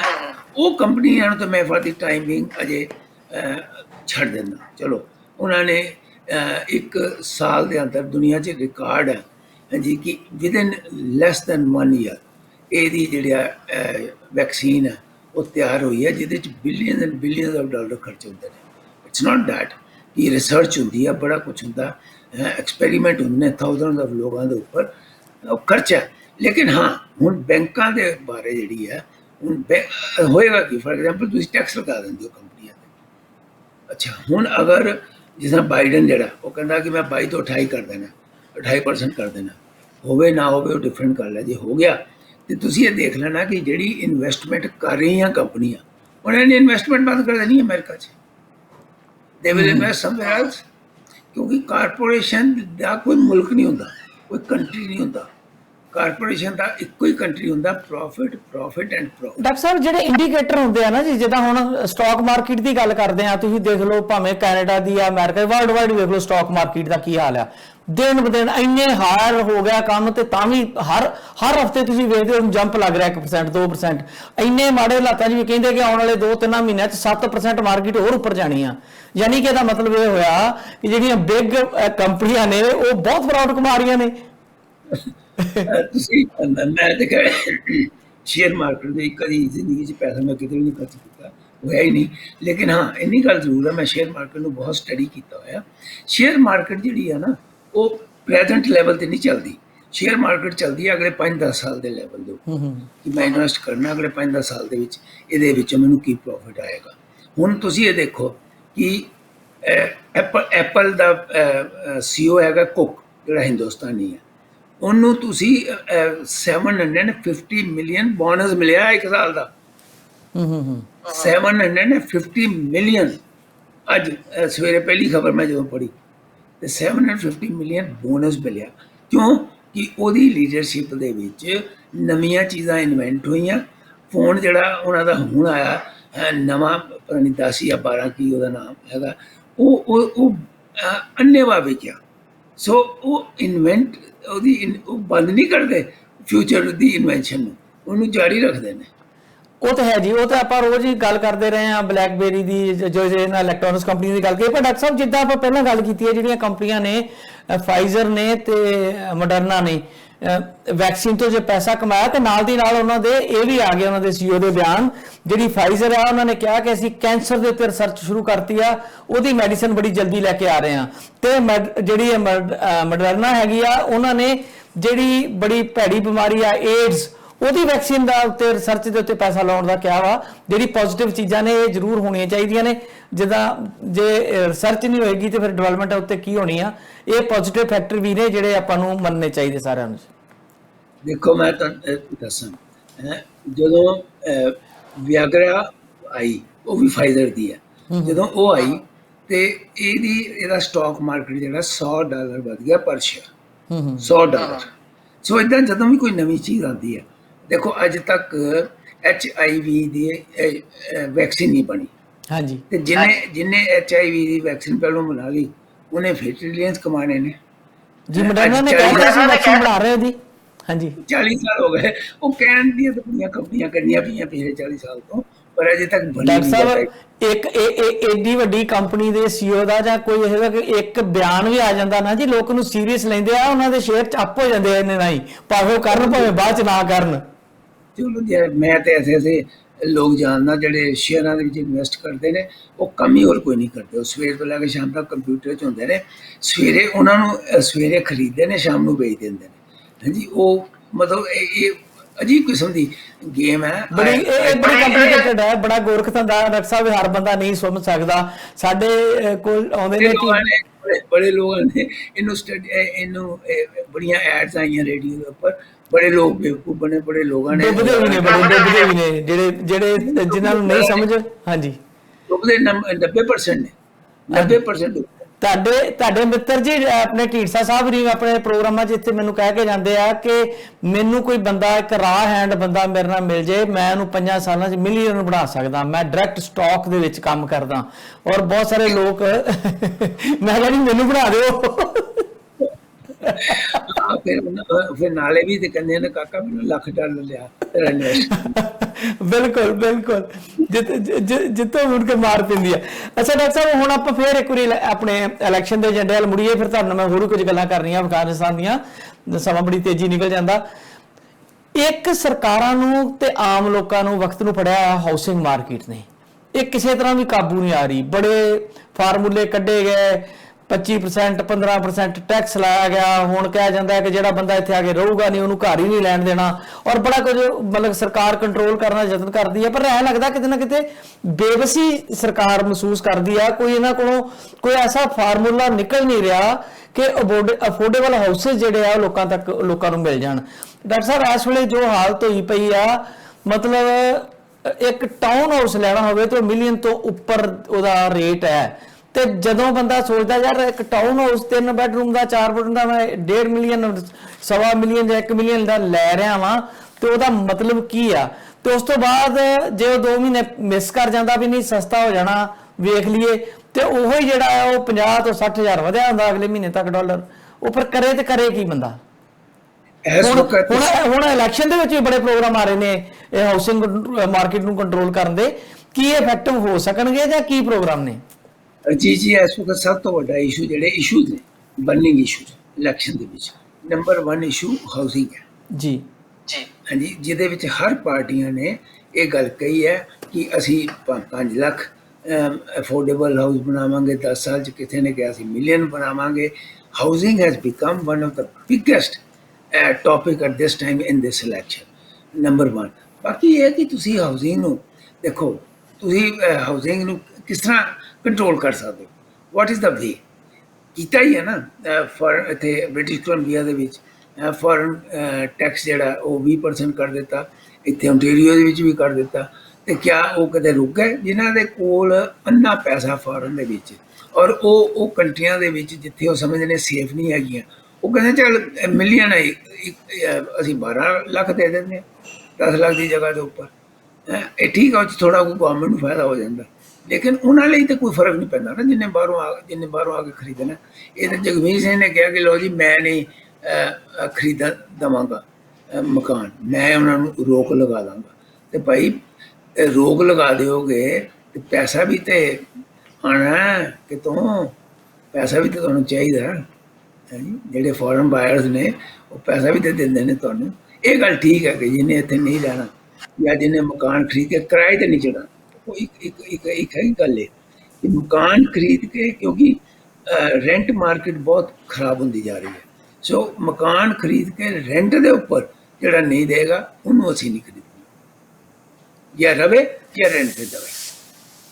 ਬਿਲਕੁਲ, ਪਰ ਡਾਕਟਰ ਸਾਹਿਬ ਫਿਰ ਉਹ ਤਾਂ ਪ੍ਰੋਫੈਸ਼ਨ ਹੀ ਬਣ ਜਾਂਦਾ ਨਾ ਲੋਕਾਂ ਦੇ ਇੱਥੇ। ਮੈਂ ਦੇਖਦਾ ਆਪਣੀ ਕਮਿਊਨਿਟੀ 'ਚ ਦੇਖ ਲਓ, ਕੋਈ ਕਹਿੰਦਾ ਮੇਰੇ ਕੋਲ 7 ਘਰ ਆ। ਮੈਂ ਹੁਣ ਜਦੋਂ ਅਸੀਂ ਵਿਚਰਦੇ ਹਾਂ, ਬਾਹਰ ਜਾਂਦੇ ਹਾਂ ਦੋਸਤਾਂ ਨਾਲ ਕਿਤੇ, ਉਹ ਸਿਆਣੇ ਬੰਦੇ ਕੋਲ ਬਹਿੰਦੇ ਆ ਜਿਹੜੇ ਮੌਰਗੇਜ ਵਾਲੇ ਨੇ ਜਾਂ ਜਿਹੜੇ ਇੰਸ਼ੋਰੈਂਸ ਦੇ ਨੇ ਜਾਂ ਜਿਹੜੇ ਇਨਵੈਸਟਮੈਂਟ ਕਰਦੇ ਨੇ ਲੋਕ। ਮੇਰੇ ਆਪਣੇ ਪਰਸਨਲ ਐਕਸਪੀਰੀਅੰਸ ਨੇ, ਕਿਉਂਕਿ ਮੈਂ ਥੋੜਾ ਬਹੁਤਾ ਇਸ ਫੀਲਡ 'ਚ ਰਹਿਣਾ। ਉਹ ਜਦੋਂ ਕਿਸੇ ਦੋਸਤ ਨੂੰ ਲੈ ਕੇ ਜਾਈਦਾ, ਕਹਿੰਦੇ ਕਿੰਨੇ ਸਾਲ ਹੋਏ ਤੁਹਾਨੂੰ ਇੱਥੇ ਆਇਆ ਨੂੰ ਜੀ? ਉਹ ਕਹਿੰਦੇ ਜੀ 15 ਸਾਲ ਹੋ ਗਏ ਆ। ਕੀ ਕੀਤਾ? ਕਹਿੰਦਾ ਜੀ ਕਰਨਾ ਕੀ ਹੈ, ਜੌਬ ਕਰਦੇ ਆ, ਇੱਕ ਘਰ ਆ, ਬਸ ਇੰਨੇ ਸਾਲਾਂ 'ਚ ਇੱਕ ਘਰ ਬਣਾਇਆ। ਆ ਮੇਰੇ 14 ਨੇ, ਦੂਜਾ ਦਿਖਾਣਾ ਮੇਰੇ 7 ਨੇ, ਕਿਸੇ ਕੋਲ 9 ਨੇ। ਜੇ ਇਹ ਦੌੜ ਹੈ ਜਿਹੜੀ ਆਪਣੀ ਕਮਿਊਨਿਟੀ 'ਚ।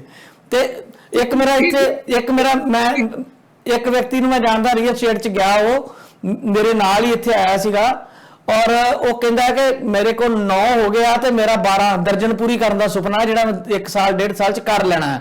ਜਿਹੜੀ ਇਹ ਰੇਸ ਆ, ਜਿਹੜੇ ਲੋਕ ਇਹ ਇਨਵੈਸਟ ਕਰਦੇ ਉਹਦਾ ਰੈਂਟ ਤੇ ਵੀ ਦੇਈ ਜਾਣ ਭਾਵੇਂ, ਉਹਨਾਂ ਲੋਕਾਂ ਨੇ ਮਾਰਕੀਟ ਦਾ ਬੁਰਾ ਹਾਲ ਕੀਤਾ ਪਿਆ। ਕੋਈ ਗੱਲ ਨਹੀਂ, ਫਿਰ ਕਿ ਦੇਖੀਏ ਇਹ ਤੇ ਮਾਰਕੀਟ, ਇਹ ਅਸੀਂ ਕੈਪੀਟਲਿਸਟ ਕੰਟਰੀ ਦੇ ਵਿੱਚ ਰਹਿੰਦੇ ਆ। ਇਹ ਹਾਲਤ ਹਰ ਕੰਟਰੀ ਦੇ ਵਿੱਚ ਇਸ ਵਕਤ ਹੈਗੀ ਹੈ, ਭਾਵੇਂ ਰਸ਼ੀਆ ਦੇ ਵਿੱਚ, ਈਵਨ ਚਾਈਨਾ ਦੇ ਵਿੱਚ ਵੀ ਇਸ ਵਕਤ ਮਕਾਨ ਜਿਹੜੇ ਨੇ ਆਮ ਆਦਮੀ ਦੇ ਹੱਥੋਂ ਬਾਹਰ ਹੁੰਦੇ ਜਾ ਰਹੇ ਨੇ।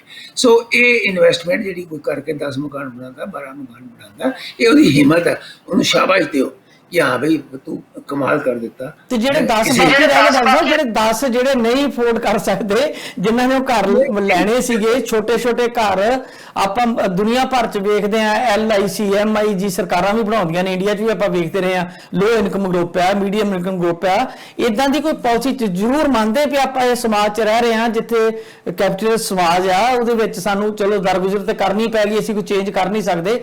ਤਾਂ ਹੀ ਤੇ ਆਪਾਂ ਇਹ ਚੀਜ਼ਾਂ ਡਿਸਕਸ ਕਰਦੇ ਹਾਂ ਕਿ ਆਮ ਬੰਦੇ ਦਾ ਥੋੜਾ ਜਿਹਾ ਸਾਹ ਤੇ ਸੁਖਾਲਾ ਹੋਣਾ ਚਾਹੀਦਾ ਨਾ ਜੀ ਕਿਤੇ ਨਾ ਕਿਤੇ। ਮੇਰੇ ਵਾਕਰ ਰਹਿ ਲੋ ਨਾ, ਮੈਂ 53 ਸਾਲ ਹੋ ਗਏ, ਇਕੱਲਾ ਹੀ ਬੰਦਾ ਹੋਵਾਂਗਾ ਨਾਲ, ਤੇ ਮੈਂ ਕਿਹਾ ਜਿਹਦੇ ਕੋਲ ਮਕਾਨ ਨਹੀਂ ਹੈਗਾ, ਜਿਹਨੇ ਖਰੀਦਿਆ ਹੀ ਨਹੀਂ ਕਦੀ। ਇਹ ਤੇ ਡਾਕਟਰ ਸਾਹਿਬ ਇਹ ਤੇ ਫਿਰ ਕਾਮਰੇਡਾਂ ਵਾਲੀ ਫਿਲਾਸਫੀ ਹੈ ਨਾ, ਤੁਸੀਂ ਦੋ ਚੀਜ਼ਾਂ ਕਰਾਲ ਕੱਢ ਨਾ ਕਰੋ। ਮੈਨੂੰ ਇੱਥੇ ਇੱਕ ਸੱਜਣ ਕਹਿਣ ਲੱਗੇ ਥੋੜੇ ਦਿਨ ਹੋਏ ਆ ਕਿ ਫਲਾਣਾ ਬੰਦਾ ਆਪਣੇ ਨਾ ਕਮਿਊਨਿਟੀ 'ਚ ਬਹੁਤ ਗ੍ਰੇਟ ਬੰਦਾ, ਉਹਨੂੰ ਤੂੰ TV ਤੇ ਕਦੀ ਲੈ ਕੇ ਨਹੀਂ ਆਇਆ, ਉਹਨੂੰ ਲੈ ਕੇ ਆ। ਤੇ ਮੈਂ ਕਿਹਾ ਕੋਈ ਨਹੀਂ ਜੀ, ਉਹਨਾਂ ਦੇ ਥੋੜੇ ਜਿਹੇ ਮੈਨੂੰ ਨੈਗੇਟਿਵ ਲੱਗਦੇ ਹੁੰਦੇ ਆ ਵਿਚਾਰ।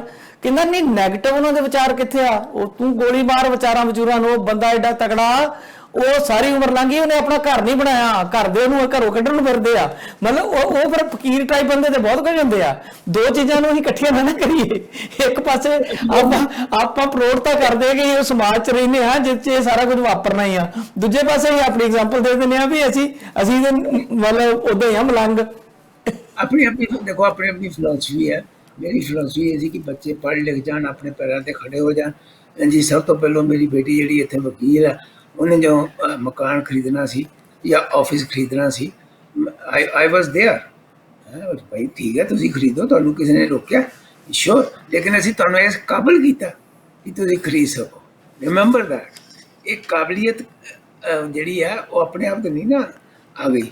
ਅਸੀਂ ਮੈਂ ਡਿਫਰ ਕਰਦਾ ਤੁਹਾਨੂੰ ਇਹ ਗੱਲ ਤੇ, ਬਹੁਤ ਡਿਫਰ ਕਰਦਾ। ਚਲੋ ਪਰਸਨਲ ਗੱਲਾਂ ਨੇ ਇਹ, ਬਹੁਤ ਡਿਫਰ। ਇੱਕ ਮੇਰੇ ਸੱਜਣ ਇੰਡੀਆ ਤੋਂ ਆਏ, ਇੱਥੇ ਗੱਲ ਕਰਨ ਲੱਗੇ ਕਹਿੰਦੇ ਜੀ ਮੈਂ 2 ਬੇਟੀਆਂ ਡਾਕਟਰ ਬਣਾਈਆਂ, ਵੱਡੀ ਬੇਟੀ ਡਾਕਟਰ ਬਣਾਈ, ਛੋਟੀ ਵੀ ਡਾਕਟਰ ਬਣਾਈ, ਆਪਣੇ ਰਿਸ਼ਤੇਦਾਰੀ ਨੇ, ਮਿੱਤਰ ਨੇ। ਤੇ ਮੈਂ ਕਿਹਾ ਜੀ ਬੇਟਾ ਕਿਉਂ ਨਹੀਂ ਡਾਕਟਰ ਬਣਾਇਆ? ਕਹਿੰਦੇ ਉਹ ਤਾਂ ਹੀ ਬੇਵਕੂਫ ਸੀਗਾ। ਤੇ ਮੈਂ ਕਿਹਾ ਜੇ ਬੇਟੀਆਂ 'ਚ ਕੋਈ ਗੁਣ ਨਹੀਂ ਤੇ ਡਾਕਟਰ ਬਣ ਗਈਆਂ, ਤੁਸੀਂ ਐ ਨਹੀਂ ਕਹਿ ਸਕਦੇ ਕਿ ਮੈਂ ਬਣਾਇਆ। ਮਤਲਬ ਤੁਸੀਂ ਐਫਰਟ ਜ਼ਰੂਰ ਕੀਤੀਆਂ, ਪਰ ਬਣਾਇਆ ਵਾਲੀ ਗੱਲ ਤੇ ਮੈਂ ਪੂਰਾ ਸਹਿਮਤ ਨਹੀਂ ਆ। ਇਹ ਨਹੀਂ ਹੁੰਦਾ ਹਰਜੀਤ ਜੀ, ਦੇਖੋ ਬਣਾਉਣ ਦਾ ਮਤਲਬ ਇਹ ਨਹੀਂ ਹੁੰਦਾ। ਬਣਾਉਣ ਦਾ ਮਤਲਬ ਹੁੰਦਾ ਹੈ ਕਿ ਤੁਸੀਂ ਫੁੱਲ ਸਪੋਰਟ ਕਰਦੇ ਹੋ, ਬਿਲਕੁਲ ਸਪੋਰਟ ਕਰਨਾ, এনवायरमेंट ਦੇਣਾ, ਉਹ ਠੀਕ ਆ। ਹਾਂਜੀ, ਹੱਲੇ ਇਹ ਕਰਦੇ ਹੋ, ਉਹਨਾਂ ਨੂੰ ਫਾਈਨੈਂਸ਼ੀਅਲੀ ਸਪੋਰਟ ਕਰਦੇ ਹੋ, ਤੁਸੀਂ ਆਪਣੇ ਆਪ ਨੂੰ ਪਿੱਛੇ ਰੱਖ ਕੇ ਉਹਨਾਂ ਨੂੰ ਅੱਗੇ ਲਿਆਉਣ ਦੀ ਕੋਸ਼ਿਸ਼ ਕਰਦੇ ਹੋ, and we are proud of that. ਇਹਦੀ ਕੋਈ ਏਡੀ ਵੱਡੀ ਗੱਲ ਨਹੀਂ ਹੈਗੀ, ਔਰ ਇਹਨੂੰ ਕੋਈ ਇੰਨਾ ਬੁਰਾ ਨਹੀਂ ਸਮਝਣਾ ਚਾਹੀਦਾ। ਬੱਚੇ ਅਗਰ ਤੁਹਾਡੇ ਠੀਕ ਵਧੀਆ ਹੋ ਗਏ ਨੇ ਤਾਂ you are all right in your life, ਤੁਹਾਡੀ ਸੈਟਿਸਫੈਕਸ਼ਨ ਹੈਗੀ ਹੈ। ਉਹ ਜਿਹੜੀ ਸੈਟਿਸਫੈਕਸ਼ਨ ਹੁੰਦੀ ਹੈ ਨਾ, ਉਹ ਇਨਸਾਨ ਨੂੰ ਪੋਜ਼ਿਟਿਵਿਟੀ ਰੱਖਦੀ ਹੈ, ਔਰ ਪੋਜ਼ਿਟਿਵਿਟੀ ਜਿਹੜੀ ਹੈ ਉਹੀ ਇਨਸਾਨ ਨੂੰ ਹੈਲਦੀ ਰੱਖੇਗੀ ਟਿਲ ਹੀ ਲਿਵ ਔਰ ਸ਼ੀ ਲਿਵਸ। ਬਿਲਕੁਲ ਡਾਕਟਰ ਸਾਹਿਬ, ਬਿਲਕੁਲ ਤੁਸੀਂ ਠੀਕ ਹੀ ਕਹਿ ਰਹੇ ਹੋ। ਚਲੋ ਹਰ ਚੀਜ਼ ਤੇ ਕਈ ਪਹਿਲੂ ਹੁੰਦੇ ਆ। ਮੈਂ ਤੁਹਾਡੇ ਨਾਲ ਪੂਰੀ ਤਰ੍ਹਾਂ ਸਹਿਮਤ ਹਾਂ ਇਸ ਗੱਲ ਤੇ ਕਿ ਹਰ ਵਿਅਕਤੀ ਕੋਸ਼ਿਸ਼ ਕਰਦਾ ਹੈ ਕਿ ਘੱਟੋ ਘੱਟ ਆਪਣਾ ਜਿਹੜਾ ਫੈਮਿਲੀ ਯੂਨਿਟ ਹੈ ਉਹਦੇ ਵਿੱਚ ਜੋ ਅਚੀਵਮੈਂਟ ਮੈਂ ਨਹੀਂ ਕਰ ਸਕਿਆ ਉਹ ਬੱਚੇ ਕਰ ਲੈਣ, ਤੇ ਉਹਦੇ ਨਾਲ ਉਹਨੂੰ ਲੱਗਦਾ ਹੁੰਦਾ ਕਿ ਮੇਰੀ ਅਚੀਵਮੈਂਟ ਹੈ ਵੱਡੀ, ਔਰ ਉਹਦਾ ਕੰਟਰੀਬਿਊਸ਼ਨ ਵੀ ਜ਼ਰੂਰ ਵੱਡੀ ਹੁੰਦੀ ਆ। ਨਾਲ ਦੀ ਨਾਲ ਸੋਸਾਇਟੀ ਦੀ ਕੰਟਰੀਬਿਊਸ਼ਨ ਵੀ ਹੁੰਦੀ ਆ, ਬਹੁਤ ਕੁਝ ਹੁੰਦਾ। ਇਹ ਲੰਬੀਆਂ ਗੱਲਾਂ ਆਪਾਂ ਮੁੜ ਕੇ ਆਪਣੇ ਟੌਪਿਕ ਵੱਲ ਥੋੜ੍ਹੇ ਜਿਹੇ ਆਈਏ। ਡਾਕਟਰ ਸਾਹਿਬ ਥੋੜ੍ਹੀ ਜਿਹੀ ਗੱਲਾਂ ਕਰ ਲਈਏ। ਇਸ ਵੇਲੇ ਵਰਲਡ 'ਚ ਭਖਿਆ ਮੁੱਦਾ ਅਫਗਾਨਿਸਤਾਨ। ਆਪਾਂ ਆਪਣੀ ਇਲੈਕਸ਼ਨ ਚੋਂ ਨਿਕਲ ਕੇ ਚੱਲੀਏ ਤੇ ਨਾਲ ਦੀ ਨਾਲ ਅਮਰੀਕਨ ਨੀਤੀ, ਜੋ ਬਾਈਡਨ ਹੋਰਾਂ ਦੀ ਫੋਟੋ ਵਾਇਰਲ ਹੋ ਰਹੀ ਆ, ਸਿਰ ਸੁੱਟ ਕੇ ਬੈਠੇ ਆ, ਔਰ ਉਹਨਾਂ ਨੂੰ ਬਹੁਤ ਕ੍ਰਿਟਿਸਾਈਜ਼ ਕੀਤਾ ਜਾ ਰਿਹਾ। ਈਵਨ ਉਹਨਾਂ ਦੀ ਆਪਣੀ ਪਾਰਟੀ ਵੱਲੋਂ ਹੀ ਟਰੰਪ ਤੋਂ ਸਤਾਏ ਲੋਕ ਜਿਹੜੇ ਸੀ, ਬੜੀ ਉਮੀਦਾਂ ਸੀਗੀਆਂ ਕਿ ਜੋ ਬਾਈਡਨ ਨੇ ਵੀ ਘੱਟੋ ਘੱਟ ਅਮਰੀਕਾ ਵਾਸਤੇ ਚੰਗਾ ਕਰਨਗੇ। ਚੰਗਾ ਉਹਨਾਂ ਭਾਵੇਂ ਕੀਤਾ ਹੀ ਹੋਵੇ, ਖਰਚੇ ਬਚਾਏ ਹੋਣ, ਫੌਜੀ ਬਚਾਏ ਹੋਣ, ਤੇ ਜਿਸ ਤਰੀਕੇ ਨਾਲ ਇੱਕ ਵਰਲਡ ਲੀਡਰ ਹੋਵੇ, ਉਹਨਾਂ ਨੇ ਸਿਚੁਏਸ਼ਨ ਨੂੰ ਟੈਕਲ ਕਰਨ ਦੀ ਕੋਸ਼ਿਸ਼ ਕੀਤੀ ਆ, ਉਹ ਤਾਂ ਨਿਰਾਸ਼ਤਾ ਜ਼ਰੂਰ ਹੋਈ ਕਿਤੇ ਨਾ ਕਿਤੇ ਲੋਕਾਂ ਨੂੰ। ਹਰਜੀਤ ਜੀ, ਜਿਹੜੀ ਚਪੇੜ ਬਾਈਡਨ ਦੇ ਮੂੰਹ ਦੇ ਉੱਪਰ ਪਈ ਹੈ ਨਾ, ਉਹ ਚਪੇੜ ਦੀ ਆਵਾਜ਼ ਅੱਜ ਸਾਰੀ ਦੁਨੀਆ ਦੇ ਵਿੱਚ। ਮੈਂ ਹਿਸਟਰੀ ਦੇਖ ਰਿਹਾ ਸੀਗਾ 20 ਸਾਲ ਦੀ ਹਿਸਟਰੀ ਦੇ ਵਿੱਚ 2 ਇਨਸੀਡੈਂਟ ਨੇ ਜਿਹੜੇ 10 ਤੋਂ ਜ਼ਿਆਦਾ ਅਮਰੀਕਨ ਮਰੇ ਸੀ। ਜਿਹੜੇ ਹਵਾਈ ਜਹਾਜ਼ਾਂ ਦੇ ਐਕਸੀਡੈਂਟ ਜਾਂ ਹੈਲੀਕਾਪਟਰਾਂ ਦੇ ਐਕਸੀਡੈਂਟ ਲੀਵ ਕਰ, ਹਾਂਜੀ, ਇਹ ਪਹਿਲੀ ਵਾਰੀ ਹੋਇਆ ਕਿ ਇੱਕ ਐਸਾ ਮਤਲਬ ਇਨਸੀਡੈਂਟ ਹੋਇਆ।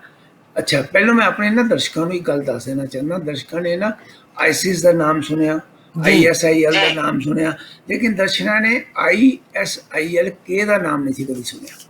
ਇਹ ਮੈਂ ਤੁਹਾਨੂੰ ਦੱਸਣਾ ਚਾਹੁੰਦਾ ਕਿ ਵਾਟ ਇਜ਼ ਦਿਸ। ਇਹ ਹੈਗੀ ਹੈ Islamic State of Khorasan province. Khorasan province ਉਹਦਾ ਅਫਗਾਨਿਸਤਾਨ ਦਾ ਜਿਹੜਾ ਹੈਗਾ, ਉਹ ਪਾਕਿਸਤਾਨ ਔਰ ਅਫਗਾਨਿਸਤਾਨ ਦੇ ਬਾਰਡਰ ਦੇ ਉੱਪਰ ਹੈਗਾ। ਔਰ ਇਸ ਫੋਰਸ ਦੇ ਕੋਈ 2,000 ਇਸ ਵਕਤ ਹਾਂਜੀ ਮਤਲਬ ਐਕਟਿਵ ਸੋ ਕਾਲਡ ਟੈਰਰਿਸਟ ਹੈਗੇ ਨੇ ਆਰਗੇਨਾਈਜੇਸ਼ਨ। ਇਹ ਇੱਕ ਕਿਸਮ ਦੀ ਬਹੁਤ ਜ਼ਾਲਿਮ ਆਰਗੇਨਾਈਜੇਸ਼ਨ ਹਾਂਜੀ, ਇਹ ਸਭ ਤੋਂ ਜ਼ਿਆਦਾ ਇਹਨੂੰ ਜ਼ਾਲਿਮ ਮੰਨਿਆ ਜਾਂਦਾ। ਔਰ ਇਸ ਕਰਕੇ ਅਸੀਂ ਇਹਨਾਂ ਨੇ ਆਪਣੇ ਸਿਰ ਦੇ ਉੱਪਰ ਇਹ ਇੱਕ ਕਿਸਮ ਦਾ ਕਹਿੰਦੇ ਵੀ ਅਸੀਂ ਬੜਾ ਵੱਡਾ ਇੱਕ ਐਡੀ ਵੱਡੀ ਕੰਟਰੀ ਦੇ ਨੂੰ ਕਰਕੇ ਅਸੀਂ ਉਹਨਾਂ ਦੇ ਬੰਦੇ ਮਾਰੇ ਨੇ। ਦੇਖੋ ਉਹ ਬੰਦੇ ਤੇ 13 ਮਰੇ, ਜਿਹੜੇ ਸਿਵਲੀਅਨ ਮਰੇ ਨੇ 90 ਤੋਂ 100, ਉਹ ਵਿਚਾਰੇ ਉਹ ਸੀਗੇ ਜਿਨ੍ਹਾਂ ਦਾ ਕੋਈ ਕਸੂਰ ਨਹੀਂ ਸੀਗਾ। ਅੱਛਾ, ਇੱਕ ਸੋਲਜਰ ਵੀ ਨਹੀਂ ਮਰਨਾ ਚਾਹੀਦਾ। ਇਹਦੇ 'ਚ ਮੈਂ ਬੇਵਕੂਫੀ ਤੁਹਾਨੂੰ ਦੱਸਦਾ ਕੀ ਹੋਈ ਹੈ। ਬੇਵਕੂਫੀ ਇਹ ਹੋਈ ਹੈ ਕਿ ਇਹਨਾਂ ਨੇ ਜੁਲਾਈ ਦੇ ਵਿੱਚ ਅਨਾਉਂਸ ਕੀਤਾ ਫਸਟ ਵੀਕ ਦੇ ਵਿੱਚ ਕਿ ਅਸੀਂ 31 ਅਗਸਤ ਤੱਕ ਉੱਥੋਂ ਬਾਹਰ ਆ ਜਾਣਾ। 11 ਸਤੰਬਰ ਬਾਅਦ ਚ ਨਾ 11 ਸਤੰਬਰ ਡੇਟ ਦਿੱਤੀ ਸੀ ਨਾ ਮੇਰੇ ਖਿਆਲ ਜੀ। ਨਹੀਂ, 31 ਅਗਸਤ ਹੀ ਹੈ। ਹਾਂਜੀ, ਲੇਕਿਨ 2 ਮਹੀਨੇ ਦੇ ਵਿੱਚ ਇਹ ਜਿੰਨੇ ਬੰਦਿਆਂ ਨੂੰ ਚਾਹੁੰਦੇ ਬਾਹਰ ਕੱਢ ਸਕਦੇ ਸੀ। ਅੱਛਾ, ਨੰਬਰ 1। ਨੰਬਰ 2, ਜਦ ਤੱਕ ਤੁਸੀਂ ਆਪਣੇ ਬੰਦੇ ਬਾਹਰ ਨਹੀਂ ਕੱਢ ਲਏ, ਇਹਨਾਂ ਨੂੰ ਆਪਣੇ ਸੋਲਜਰਸ ਕਾਬਲ ਦੇ ਵਿੱਚ ਰੱਖਣੇ ਚਾਹੀਦੇ ਸੀ, ਔਰ ਕਾਬਲ ਦੇ ਉੱਪਰ ਕਬਜ਼ਾ ਨਹੀਂ ਸੀ ਹੋਣ ਦੇਣਾ ਚਾਹੀਦਾ ਤਾਲਿਬਾਨ ਦਾ। ਲੇਕਿਨ 2 ਸਾਲ ਪਹਿਲਾਂ ਇਹਨਾਂ ਨੇ ਜਦੋਂ ਗੱਲਬਾਤ ਸ਼ੁਰੂ ਕੀਤੀ ਦੋਹਾ ਦੇ ਵਿੱਚ, ਉਦੋਂ ਇਹ ਗੱਲ ਕਲੀਅਰ ਹੋ ਗਈ ਕਿ ਇਹਨਾਂ ਨੇ ਤਾਲਿਬਾਨ ਨੂੰ ਰਿਕਗਨਾਈਜ਼ ਕਰ ਲਿਆ, ਔਰ ਤਾਲਿਬਾਨ ਨੂੰ ਲਿਆਉਣ ਵਾਲੇ ਅਮਰੀਕਨ ਨੇ। ਅਮਰੀਕਨ ਹੈਗੇ ਨੇ, ਕਿਉਂਕਿ ਤੁਸੀਂ ਇੱਕ ਟੈਰਰਿਸਟ ਆਰਗੇਨਾਈਜੇਸ਼ਨ ਨੂੰ ਰਿਕਗਨਾਈਜ਼ ਕਰ ਰਹੇ ਹੋ, ਉਹਨਾਂ ਨਾਲ ਬੈਠ ਕੇ ਗੱਲਬਾਤ ਕਰ ਰਹੇ ਹੋ, ਔਰ ਜਦੋਂ ਤੁਸੀਂ ਗੱਲਬਾਤ ਕਰਦੇ ਹੋ ਤੇ ਫਿਰ ਤੁਸੀਂ ਉਹਨਾਂ ਨੂੰ ਰਿਕਗਨਾਈਜ਼ ਕਰਦੇ ਹੋ। ਮੈਂ ਤੁਹਾਨੂੰ ਇੱਕ ਬੜਾ ਇੰਟਰਸਟਿੰਗ ਦੱਸਦਾ ਕਿ ਇਸ ਵਕਤ ਇੱਕ ਖਾਲਿਦ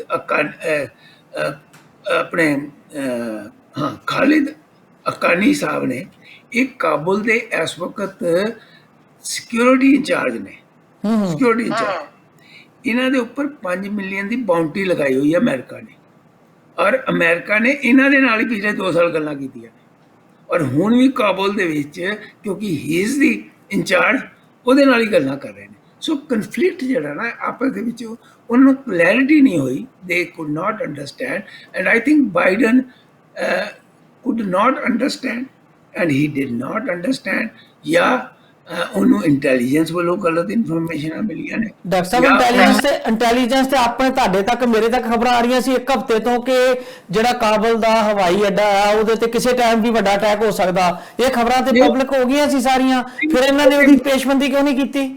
ਅਮਰੀਕਾ ਆਪ ਕਹਿ ਰਿਹਾ ਸੀ ਨਾ, ਅਮਰੀਕਾ ਨੇ ਵੀ ਇਹ ਗੱਲ ਕਹੀ, ਉਹਨਾਂ ਦੀਆਂ ਏਜੰਸੀਆਂ ਦੇ ਰਹੀਆਂ ਸੀ ਨਾ ਸਰ, ਉੱਥੋਂ ਹੀ ਆ ਰਹੀ ਸੀ ਨਾ ਖਬਰ ਤਾਂ ਨਿਕਲ ਕੇ। ISIL ਕੇ ਵਾਲਿਆਂ ਨੇ, ਉਹਨਾਂ ਨੇ ਵੀ ਉਹਨਾਂ ਨੂੰ ਧਮਕੀਆਂ ਦਿੱਤੀਆਂ ਸੀ, ਲੇਕਿਨ ਹੁਣ ਤਾਲਿਬਾਨ ਨੇ ਕੀ ਕਿਹਾ? ਤਾਲਿਬਾਨ ਨੇ ਇਹ ਗੱਲ ਕਹੀ ਕਿ ਭਾਈ ਸਾਡਾ ਉੱਥੇ ਕੋਈ ਕੰਟਰੋਲ ਨਹੀਂ ਸੀਗਾ, ਉੱਥੇ ਫੋਰਨ ਫੌਜ ਦਾ ਕੰਟਰੋਲ ਸੀਗਾ, they are responsible for this ਹੈ, ਲੇਕਿਨ ਅਸੀਂ ਇਹਨੂੰ ਕ੍ਰਿਟੀਸਾਈਜ਼ ਕਰਦੇ ਹਾਂ, ਅਸੀਂ ਇਸ ਚੀਜ਼ ਨੂੰ ਐਕਸੈਪਟ, ਉਹਨਾਂ ਨੂੰ ਕਿਉਂਕਿ ਉਹਨਾਂ ਨੂੰ ਆਪਣਾ ਖਤਰਾ ਪੈਦਾ ਹੋ ਗਿਆ ਹੁਣ ਤਾਲਿਬਾਨ ਨੂੰ ਕਿ ਸਾਡੇ ਅਗੇਂਸਟ, ਕਿਉਂਕਿ ਇਹ ਜਿਹੜੀ ISIL ਵਾਲੇ ਲੋਕ ਨੇ, ਕੇ ਵਾਲੇ, ਇਹ ਤਾਲਿਬਾਨ ਦੇ ਵੀ ਅਗੇਂਸਟ ਨੇ। ਸੋ ਇਹਨਾਂ ਨੇ ਉਹਨਾਂ ਦੇ ਅਗੇਂਸਟ ਵੀ ਕੰਮ ਕਰਨਾ ਸ਼ੁਰੂ ਕਰ ਦੇਣਾ। So it is not going to finish there. ਇਸ ਕਰਕੇ ਲੱਗਦਾ ਇਹ ਹੈ, ਅੱਜ ਵੀ ਬੜਾ ਇੰਟਰਸਟਿੰਗ ਆਰਟੀਕਲ ਹੈ ਹਰਜੀਤ ਜੀ, ਕਿ ਅਮਰੀਕਾ ਔਰ ਤਾਲਿਬਾਨ ਜਿਹੜੇ ਨੇ ਉਹਨਾਂ ਦਾ ਇੱਕ ਜੁਆਇੰਟ ਮਿਸ਼ਨ ਜਿਹੜਾ ਉਹ ਹੁਣ ਇਹ ਬਣ ਜਾਣਾ ਕਿ ਅਸੀਂ ISI ਨੂੰ ਕਿੱਦਾਂ ਖਤਮ ਕਰਨਾ। ਖਾਸ ਕਰਕੇ ਇਹ ਜਿਹੜੀ ਆਰਗੇਨਾਈਜੇਸ਼ਨ ਹੈ, ਇਹ 90 ਤੋਂ ਆਰਗੇਨਾਈਜੇਸ਼ਨ, ਇਹ ਨਹੀਂ ਹੈ ਕਿ ਅੱਜ ਬਣੀ ਹੈ। This organization is there from 90। Doctor ਸਾਹਿਬ, ਗੱਲ ਫਿਰ ਉੱਥੇ ਆ ਜਾਂਦੀ ਹੈ ਕਿ ਅਮਰੀਕਾ ਨੂੰ ਕ੍ਰਿਟਿਸਾਈਜ਼ ਕਰਨ ਦੀ ਗੱਲ, ਪਹਿਲਾਂ ਇਹ ਸਾਰੀਆਂ ਆਰਗੇਨਾਈਜੇਸ਼ਨ ਆਪਣੇ ਇੰਟਰਸਟ ਵਾਚ ਕਰਨ ਲਈ ਕਿਸੇ ਇੱਕ ਖਿੱਤੇ 'ਚ ਬਣਾ ਲੈਂਦੇ ਆ, ਫਿਰ ਉਹਨੂੰ ਫੰਡਿੰਗ ਕਰਦੇ ਆ, ਫਿਰ ਉਹਨੂੰ ਹਥਿਆਰ ਦਿੰਦੇ ਆ, ਤੇ ਜਦੋਂ ਫਿਰ ਉਹ ਤਾਕਤਵਰ ਹੋ ਜਾਂਦੇ ਆ ਤੇ ਫਿਰ ਉਹ ਜਿਹੜੇ ਆ ਉਹ ਇਹਨਾਂ ਦੇ ਕਾਬੂ ਤੋਂ ਬਾਹਰ ਹੋ ਜਾਂਦੇ ਆ। ਤੁਸੀਂ ਕੋਈ ਐਸੀ ਸੰਸਥਾ ਦਾ ਨਾਮ ਲਓਗੇ ਜਿਹੜੀ ਇੰਟਰਨੈਸ਼ਨਲ ਲੈਵਲ ਤੇ ਟੈਰਰ ਫੈਲਾ ਰਹੀ ਹੋਵੇ ਤੇ ਉਹਦੇ ਵਿੱਚ ਅਮਰੀਕਾ ਦੀ ਫੰਡਿੰਗ ਨਾ ਲੱਗੀ ਹੋਵੇ? ਕੋਈ ਇੱਕ ਦਾ ਵੀ ਨਾਮ ਦੱਸ ਸਕਦੇ ਆਪਾਂ? ਈਵਨ ਦੋ ਭਾਰਤ ਦੀਆਂ ਜਿਹੜੀਆਂ ਆਰਗੇਨਾਈਜੇਸ਼ਨ ਨੇ, ਈਵਨ ਦੋ ਸਿੱਖ ਮੂਵਮੈਂਟ ਵਾਲੇ ਲੋਕ ਨੇ, ਉਹ ਵੀ ਇਸ਼ਾਰੇ ਕਰਦੇ ਨੇ ਕਿ ਇੱਥੋਂ ਪੈਸਾ ਜਾਂਦਾ, ਆਪਾਂ ਕੋਈ ਰਾਹ ਵੱਖਰੇ ਹੋ ਸਕਦੇ ਆ, ਏਜੰਸੀਆਂ ਲਈ ਬੰਦੇ ਕੰਮ ਕਰਦੇ ਆ। ਨਹੀਂ, ਨੈਚੁਰਲੀ ਇਹ ਤੁਹਾਡੀ ਗੱਲ ਜਿਹੜੀ ਹੈ ਅਮਰੀਕਾ ਦੀ, ਮੈਂ ਤੁਹਾਨੂੰ ਇੱਕ ਐਗਜ਼ਾਮਪਲ ਦਿੰਦਾ। ਜਦੋਂ ਰਸ਼ੀਆ ਅਫਗਾਨਿਸਤਾਨ ਦੇ ਵਿੱਚ ਗਿਆ, ਉਦੋਂ ਰੇਗਨ ਸਾਹਿਬ ਜਿਹੜੇ ਸੀ ਉਹ ਪ੍ਰੈਜ਼ੀਡੈਂਟ ਸੀਗੇ। ਸੋ ਉਹਨਾਂ ਨੇ ਉਹਨਾਂ ਦਾ ਮੇਰੇ ਖਿਆਲ ਜਿਹੜਾ ਉਸ ਵਕਤ CIA ਦਾ ਹੈਡ ਸੀਗਾ, ਉਹਦਾ ਨਾਮ ਕੈਸਲ ਜਾਂ ਕੈਸੀ ਸੀਗਾ, ਮੈਂ ਐਸੇ ਭੁੱਲ ਗਿਆ, ਮੈਨੂੰ ਯਾਦ ਸੀਗਾ। ਉਹਨਾਂ ਨੇ ਉਹਨੂੰ ਆਰਡਰ ਕੀਤਾ ਕਿ ਐਟ ਐਨੀ ਕਾਸਟ ਇਹਨਾਂ ਨੂੰ ਇੱਥੋਂ ਕੱਢਣਾ, ਪੈਸੇ ਦੀ ਚਿੰਤਾ ਨਹੀਂ ਕਰਨੀ, ਹਥਿਆਰ ਦੀ ਚਿੰਤਾ ਨਹੀਂ ਕਰਨੀ, ਔਰ ਯੂ ਜਸਟ, ਤੇਰਾ ਇੱਕੋ ਹੀ ਹੁਣ ਹੈਗਾ ਗੋਲ ਕਿ how to kick Russia out of it. So ਉਹ ਜਿਹੜਾ ਉਹਨਾਂ ਨੇ ਕੀ ਕੀਤਾ, ਹਥਿਆਰ, ਪੈਸਾ ਔਰ ਮੁਜਾਹਿਦੀਨ ਕ੍ਰੀਏਟ ਕੀਤੇ। ਉਹ ਮੁਜਾਹਿਦੀਨ ਉਹਨਾਂ ਦੇ ਫਿਰ ਬਾਅਦ ਦੇ ਵਿੱਚ ਉਹਨਾਂ ਦੇ ਅਗੇਂਸਟ ਹੋ ਗਏ। ਸੋ ਇਹਦੇ 'ਚ ਕੋਈ ਸ਼ੱਕ ਨਹੀਂ ਹੈਗਾ ਕਿ ਮੈਂ ਅਮਰੀਕਾ ਦੀ ਤੁਹਾਨੂੰ ਇੰਨੀ ਜ਼ਿਆਦਾ ਮਤਲਬ ਮੈਂ ਸਮਝਦਾ ਕਿ ਸਫਲਤਾ ਤਾਂ ਇਹਨਾਂ ਨੂੰ ਕਿਤੇ ਮਿਲੀ ਹੋਈ ਨਹੀਂ। ਤੁਸੀਂ ਸੈਕੰਡ ਵਰਲਡ ਵਾਰ ਦੇ ਬਾਅਦ ਕੋਰੀਆ ਸ਼ੁਰੂ ਕਰ ਲਓ, ਕੋਰੀਆ 'ਚ ਇਹ ਹਾਰੇ, ਉੱਥੋਂ ਇਹ ਨਿਕਲੇ, ਕੋਰੀਆ ਨਹੀਂ ਜਿੱਤ ਸਕੇ, ਅੱਧਾ ਕੋਰੀਆ ਫਿਰ ਉਹਨਾਂ ਦੇ ਕੋਲ ਰਹਿ ਗਿਆ। ਉਹਦੇ ਬਾਅਦ ਤੁਸੀਂ ਵੀਅਤਨਾਮ ਆ, ਤਾਂ ਵੀਅਤਨਾਮ ਤੇ ਦੌੜੇ, ਹੈਲੀਕਾਪਟਰ ਦੇ ਥਰੂ ਇਹਨਾਂ ਨੇ ਬੰਦੇ ਕੱਢੇ ਆਪਣੀ ਐਮਬੈਸੀ ਦੇ ਵਿੱਚ, ਉੱਥੋਂ ਹੀ ਦੌੜੇ ਸਭ ਕੁਝ ਛੱਡ ਕੇ। ਫਿਰ ਉਹਦੇ ਬਾਅਦ ਤੁਸੀਂ ਲੈ ਲਓ 61 ਦੇ ਵਿੱਚ ਕਿਊਬਾ ਦੇ ਉੱਪਰ ਹਮਲਾ ਕਰਵਾਇਆ ਜੌਨ ਐਫ ਕੈਨੇਡੀ ਨੇ, ਉਹ ਵੀ ਬੁਰੀ ਤਰ੍ਹਾਂ ਇਹ ਹਾਰੇ। ਫਿਰ ਉਹਦੇ ਬਾਅਦ ਤੁਸੀਂ ਸੋਮਾਲੀਆ ਦੇ ਵਿੱਚ ਲੈ ਲਓ, ਉੱਥੇ ਇਹਨਾਂ ਦਾ ਬੜਾ ਬੁਰਾ ਹਾਲ ਹੋਇਆ। ਫਿਰ ਤੁਸੀਂ ਆਪਣਾ ਕੀ ਕਹਿੰਦੇ ਨੇ ਪਾਕਿਸਤਾਨ ਦਾ ਬਾਰਡਰ ਲੈ ਲਓ, ਜਿੱਥੇ ਇਹਨਾਂ ਨੇ ਮੁਜਾਹਿਦੀਨ ਕ੍ਰੀਏਟ ਕੀਤੇ, ਉੱਥੇ ਵੀ ਇਹਨਾਂ ਦੀ ਬੁਰੀ ਆ ਰਹੀ ਹੈ ਨਾ ਕਿ 20 ਸਾਲ ਦੇ ਵਿੱਚ 1.7 ਟ੍ਰਿਲੀਅਨ ਦੀ ਅੱਜ ਫਿਗਰ ਆਈ ਹੈ। ਖੈਰ ਉਹ ਤਾਂ ਮੈਂ ਸਮਝਦਾ ਕਿ 1.7 ਟ੍ਰਿਲੀਅਨ ਜਿਹੜਾ ਉਹ ਤਾਂ ਪੈਸਾ ਉਹਦੇ ਵਿੱਚੋਂ ਮਤਲਬ ਕੁਝ ਬਿਲੀਅਨ ਉੱਤੇ ਖਰਚ ਹੁੰਦਾ, ਬਾਕੀ ਸਾਰਾ ਇਹਨਾਂ ਕੋਲ ਹੀ ਆ ਜਾਂਦਾ, ਕਿਉਂਕਿ ਹਥਿਆਰ ਵੀ ਇਹਨਾਂ ਦੀਆਂ ਫੈਕਟਰੀਆਂ ਤੋਂ ਜਾਂਦੇ ਨੇ, ਜਿਹੜੀਆਂ ਤਨਖਾਹਾਂ ਜਾਂਦੀਆਂ ਨੇ ਉੱਥੇ ਸੋਲਜਰਸ ਨੂੰ, ਹੋਰਾਂ ਐਮਪਲਾਈਜ਼ ਨੂੰ, ਉਹ ਵੀ ਇਹਨਾਂ ਦੀ ਜੇਬਾਂ 'ਚ ਜਾਂਦੇ ਨੇ। ਕਹਿਣ ਨੂੰ ਠੀਕ ਹੈ 1.7 ਟ੍ਰਿਲੀਅਨ, ਲੇਕਿਨ ਅਲਟੀਮੇਟਲੀ ਉਹਦੇ ਵਿੱਚੋਂ 70-80% ਪੈਸਾ ਇਹਨਾਂ ਦੇ ਕੋਲ ਹੀ ਵਾਪਸ ਆ ਜਾਂਦਾ। ਸੋ ਅਗਰ ਅੱਜ 1.7 ਟ੍ਰਿਲੀਅਨ ਦੇ ਬਾਅਦ ਇਹਨਾਂ ਨੂੰ ਦੌੜਨਾ ਪਿਆ, ਬੜੀ ਸ਼ਰਮ ਵਾਲੀ ਗੱਲ ਹੈ। ਇਹਨਾਂ ਦੀ ਜਿਹੜੀ ਅਪਰੋਚ ਹੈਗੀ ਹੈ ਟੂਵਰਡਸ ਵਰਲਡ ਅਫੇਅਰਸ, ਉਹ ਹਮੇਸ਼ਾ ਹੀ ਉਹ ਮੋਮੈਂਟਰਲੀ ਰਹੀ ਹੈ, ਲੌਂਗ ਟਰਮ ਨਹੀਂ ਇਹਨਾਂ ਨੇ ਕਦੀ ਸੋਚਿਆ। ਬਿਲਕੁਲ। ਤੇ ਡਾਕਟਰ ਸਾਹਿਬ ਯੁੱਗ ਬਦਲਦੇ ਨੇ, ਤੁਸੀਂ ਹੁਣੇ ਜ਼ਿਕਰ ਕੀਤਾ ਸੀਗਾ ਕਿ ਬ੍ਰਿਟਿਸ਼ ਜਿਹੜਾ ਸੀ ਉਹ ਛਾਇਆ ਸੀ, ਫਿਰ ਅਮਰੀਕਾ ਦਾ ਯੁੱਗ ਆਇਆ, ਤੇ ਹੁਣ ਸ਼ਾਇਦ ਇਸ ਯੁੱਗ ਦਾ ਵੀ ਅੰਤ ਹੋਣ ਵਾਲਾ, ਕੋਈ ਨਾ ਕੋਈ ਹੋਰ ਤਾਕਤ ਉੱਭਰੂਗੀ। ਦੇਖਦੇ ਹਾਂ ਆਉਣ ਵਾਲੇ ਦਿਨਾਂ 'ਚ ਕੀ ਹੁੰਦਾ। ਸਮਾਂ ਆਪਣਾ ਹੋ ਗਿਆ ਜੀ ਸਮਾਪਤ। ਸੋਮਵਾਰ ਵਾਲੇ ਦਿਨ ਦਿਲ ਖੋਲ ਕੇ ਧਰਨਾ ਕਰਨੀਆਂ ਨੇ, ਬਹੁਤ ਸਾਰੀਆਂ ਗੱਲਾਂ ਅੱਜ ਰਹਿ ਗਈਆਂ। ਪਾਕਿਸਤਾਨ ਕਿੱਦਾਂ ਲੈ ਰਿਹਾ ਤਾਲਿਬਾਨ ਨੂੰ, ਜਿਹੜਾ ਬਾਕੀ ਇਸਲਾਮਿਕ ਕੰਟਰੀ ਨੇ ਉਹ ਕੀ ਕਰ ਰਹੇ ਨੇ, ਸਾਰੇ ਤੁਹਾਡੇ ਕੋਲੋਂ ਸਮਝਣ ਦੀ ਕੋਸ਼ਿਸ਼ ਕਰਾਂਗੇ ਸੋਮਵਾਰ ਵਾਲੇ ਦਿਨ ਵਾਲੇ ਪ੍ਰੋਗਰਾਮ 'ਚ। ਆਪਣੇ ਸਾਹਮਣੇ ਨਜ਼ਰ ਆ ਰਹੀ ਹੈ ਚਾਈਨਾ ਜਿਹੜਾ ਵਰਲਡ ਦੇ ਵਿੱਚ ਸਾਹਮਣੇ ਨਜ਼ਰ ਆ ਰਿਹਾ ਜੀ, ਔਰ ਉਹਨੇ ਅਮਰੀਕਾ ਦੀ ਤਾਕਤ ਬਹੁਤ ਹੈ। ਅਮਰੀਕਾ ਅਜੇ ਵੀ ਨੰਬਰ 1 ਕੰਟਰੀ ਹੈ। ਅਜੇ ਵੀ ਅਮਰੀਕਾ ਦੇ ਲਈ ਪਹੁੰਚਣ ਲਈ ਚਾਈਨਾ ਨੂੰ ਪਤਾ ਨਹੀਂ ਕਿੰਨੇ ਹੋਰ ਸਾਲ ਲੱਗ ਜਾਣਗੇ, ਕਿਉਂਕਿ ਟੈਕਨੋਲੋਜੀਕਲੀ ਅਮਰੀਕਾ ਵੀ ਬਹੁਤ ਅੱਗੇ ਹੈ ਜੀ। ਉਹਨੂੰ ਪਕੜਨਾ ਜਿਹੜਾ ਨਾ ਉਹ ਜੇ ਇੰਨਾ ਆਸਾਨ ਨਹੀਂ ਹੈਗਾ। ਜਿਹੜੀ ਕੰਟਰੀ 700 ਤੋਂ ਲੈ ਕੇ 800 ਬਿਲੀਅਨ ਡਾਲਰ ਆਪਣੀ ਆਰਮੀ ਦੇ ਉੱਪਰ ਖਰਚ ਕਰਦੀ ਹੈ ਹਰ ਸਾਲ, ਉਹ ਜਿਹੜਾ ਬਜਟ ਹੈਗਾ, ਜਿਹੜੇ ਸਾਡੇ ਦੁਨੀਆ ਦੇ ਟੌਪ ਦੇ 10 ਕੰਟਰੀ ਜਿਨ੍ਹਾਂ 'ਚ ਇੰਡੀਆ ਵੀ ਹੈ, ਇੰਡੀਆ, ਚਾਈਨਾ, ਰਸ਼ੀਆ, ਹਾਂਜੀ, ਸਾਊਦੀ ਅਰੇਬੀਆ, ਇਹਨਾਂ ਸਾਰਿਆਂ ਨੂੰ ਮਿਲਾ ਕੇ ਉਨੀ ਇੱਕ ਕੰਟਰੀ ਖਰਚ ਕਰਦਾ ਆਪਣੀ ਫੌਜਾਂ 'ਤੇ। So it's very difficult some or the other to beat America in the coming future. So thank you doctor ਸਾਹਿਬ, ਸ਼ੁਕਰ ਹੈ ਤੁਸੀਂ ਇੰਡੀਆ ਨੂੰ ਵੀ ਟੌਪ ਕੰਟਰੀ 10 'ਚ ਗਿਣ ਲਿਆ। ਥੈਂਕ ਯੂ ਵੈਰੀ ਮਚ, ਤੁਹਾਡਾ ਧੰਨਵਾਦ। ਮੈਂ ਫੌਜ ਦੇ ਮੈਂ ਸਮਝ ਗਿਆ, ਮੈਂ ਸਮਝਦਾ ਡਾਕਟਰ ਸਾਹਿਬ। ਫੌਜਾਂ ਦੇ ਉੱਪਰ ਜਿਹੜੇ ਪੈਸੇ ਖਰਚ ਹੋ ਰਹੇ ਨੇ ਉਹਦੀ ਮੈਂ ਕਰੀ ਜੀ ਬਿਲਕੁਲ। ਸੋ ਸ਼ੁਕਰੀਆ ਜੀ। ਸੋਮਵਾਰ ਵਾਲੇ ਦਿਨ ਫਿਰ ਆਪਾਂ ਮਿਲਦੇ ਹਾਂ ਤੇ ਹੋਰ ਬਹੁਤ ਸਾਰੀਆਂ ਗੱਲਾਂ ਤੁਹਾਡੇ ਨਾਲ ਕਰਾਂਗੇ ਸਾਂਝੀਆਂ। ਬਹੁਤ ਧੰਨਵਾਦ ਜੀ। ਜਿੰਨੇ ਵੀ ਟੀਵੀ ਪੰਜਾਬੀ ਦੁਨੀਆ ਦੇ ਦਰਸ਼ਕ ਨੇ, ਉਹਨਾਂ ਸਾਰਿਆਂ ਨੂੰ ਬਹੁਤ ਬਹੁਤ ਸ਼ੁਭ ਇੱਛਾਵਾਂ ਵੀਕਐਂਡ ਦੀਆਂ। Thank you very much sir. Thank you ਜੀ।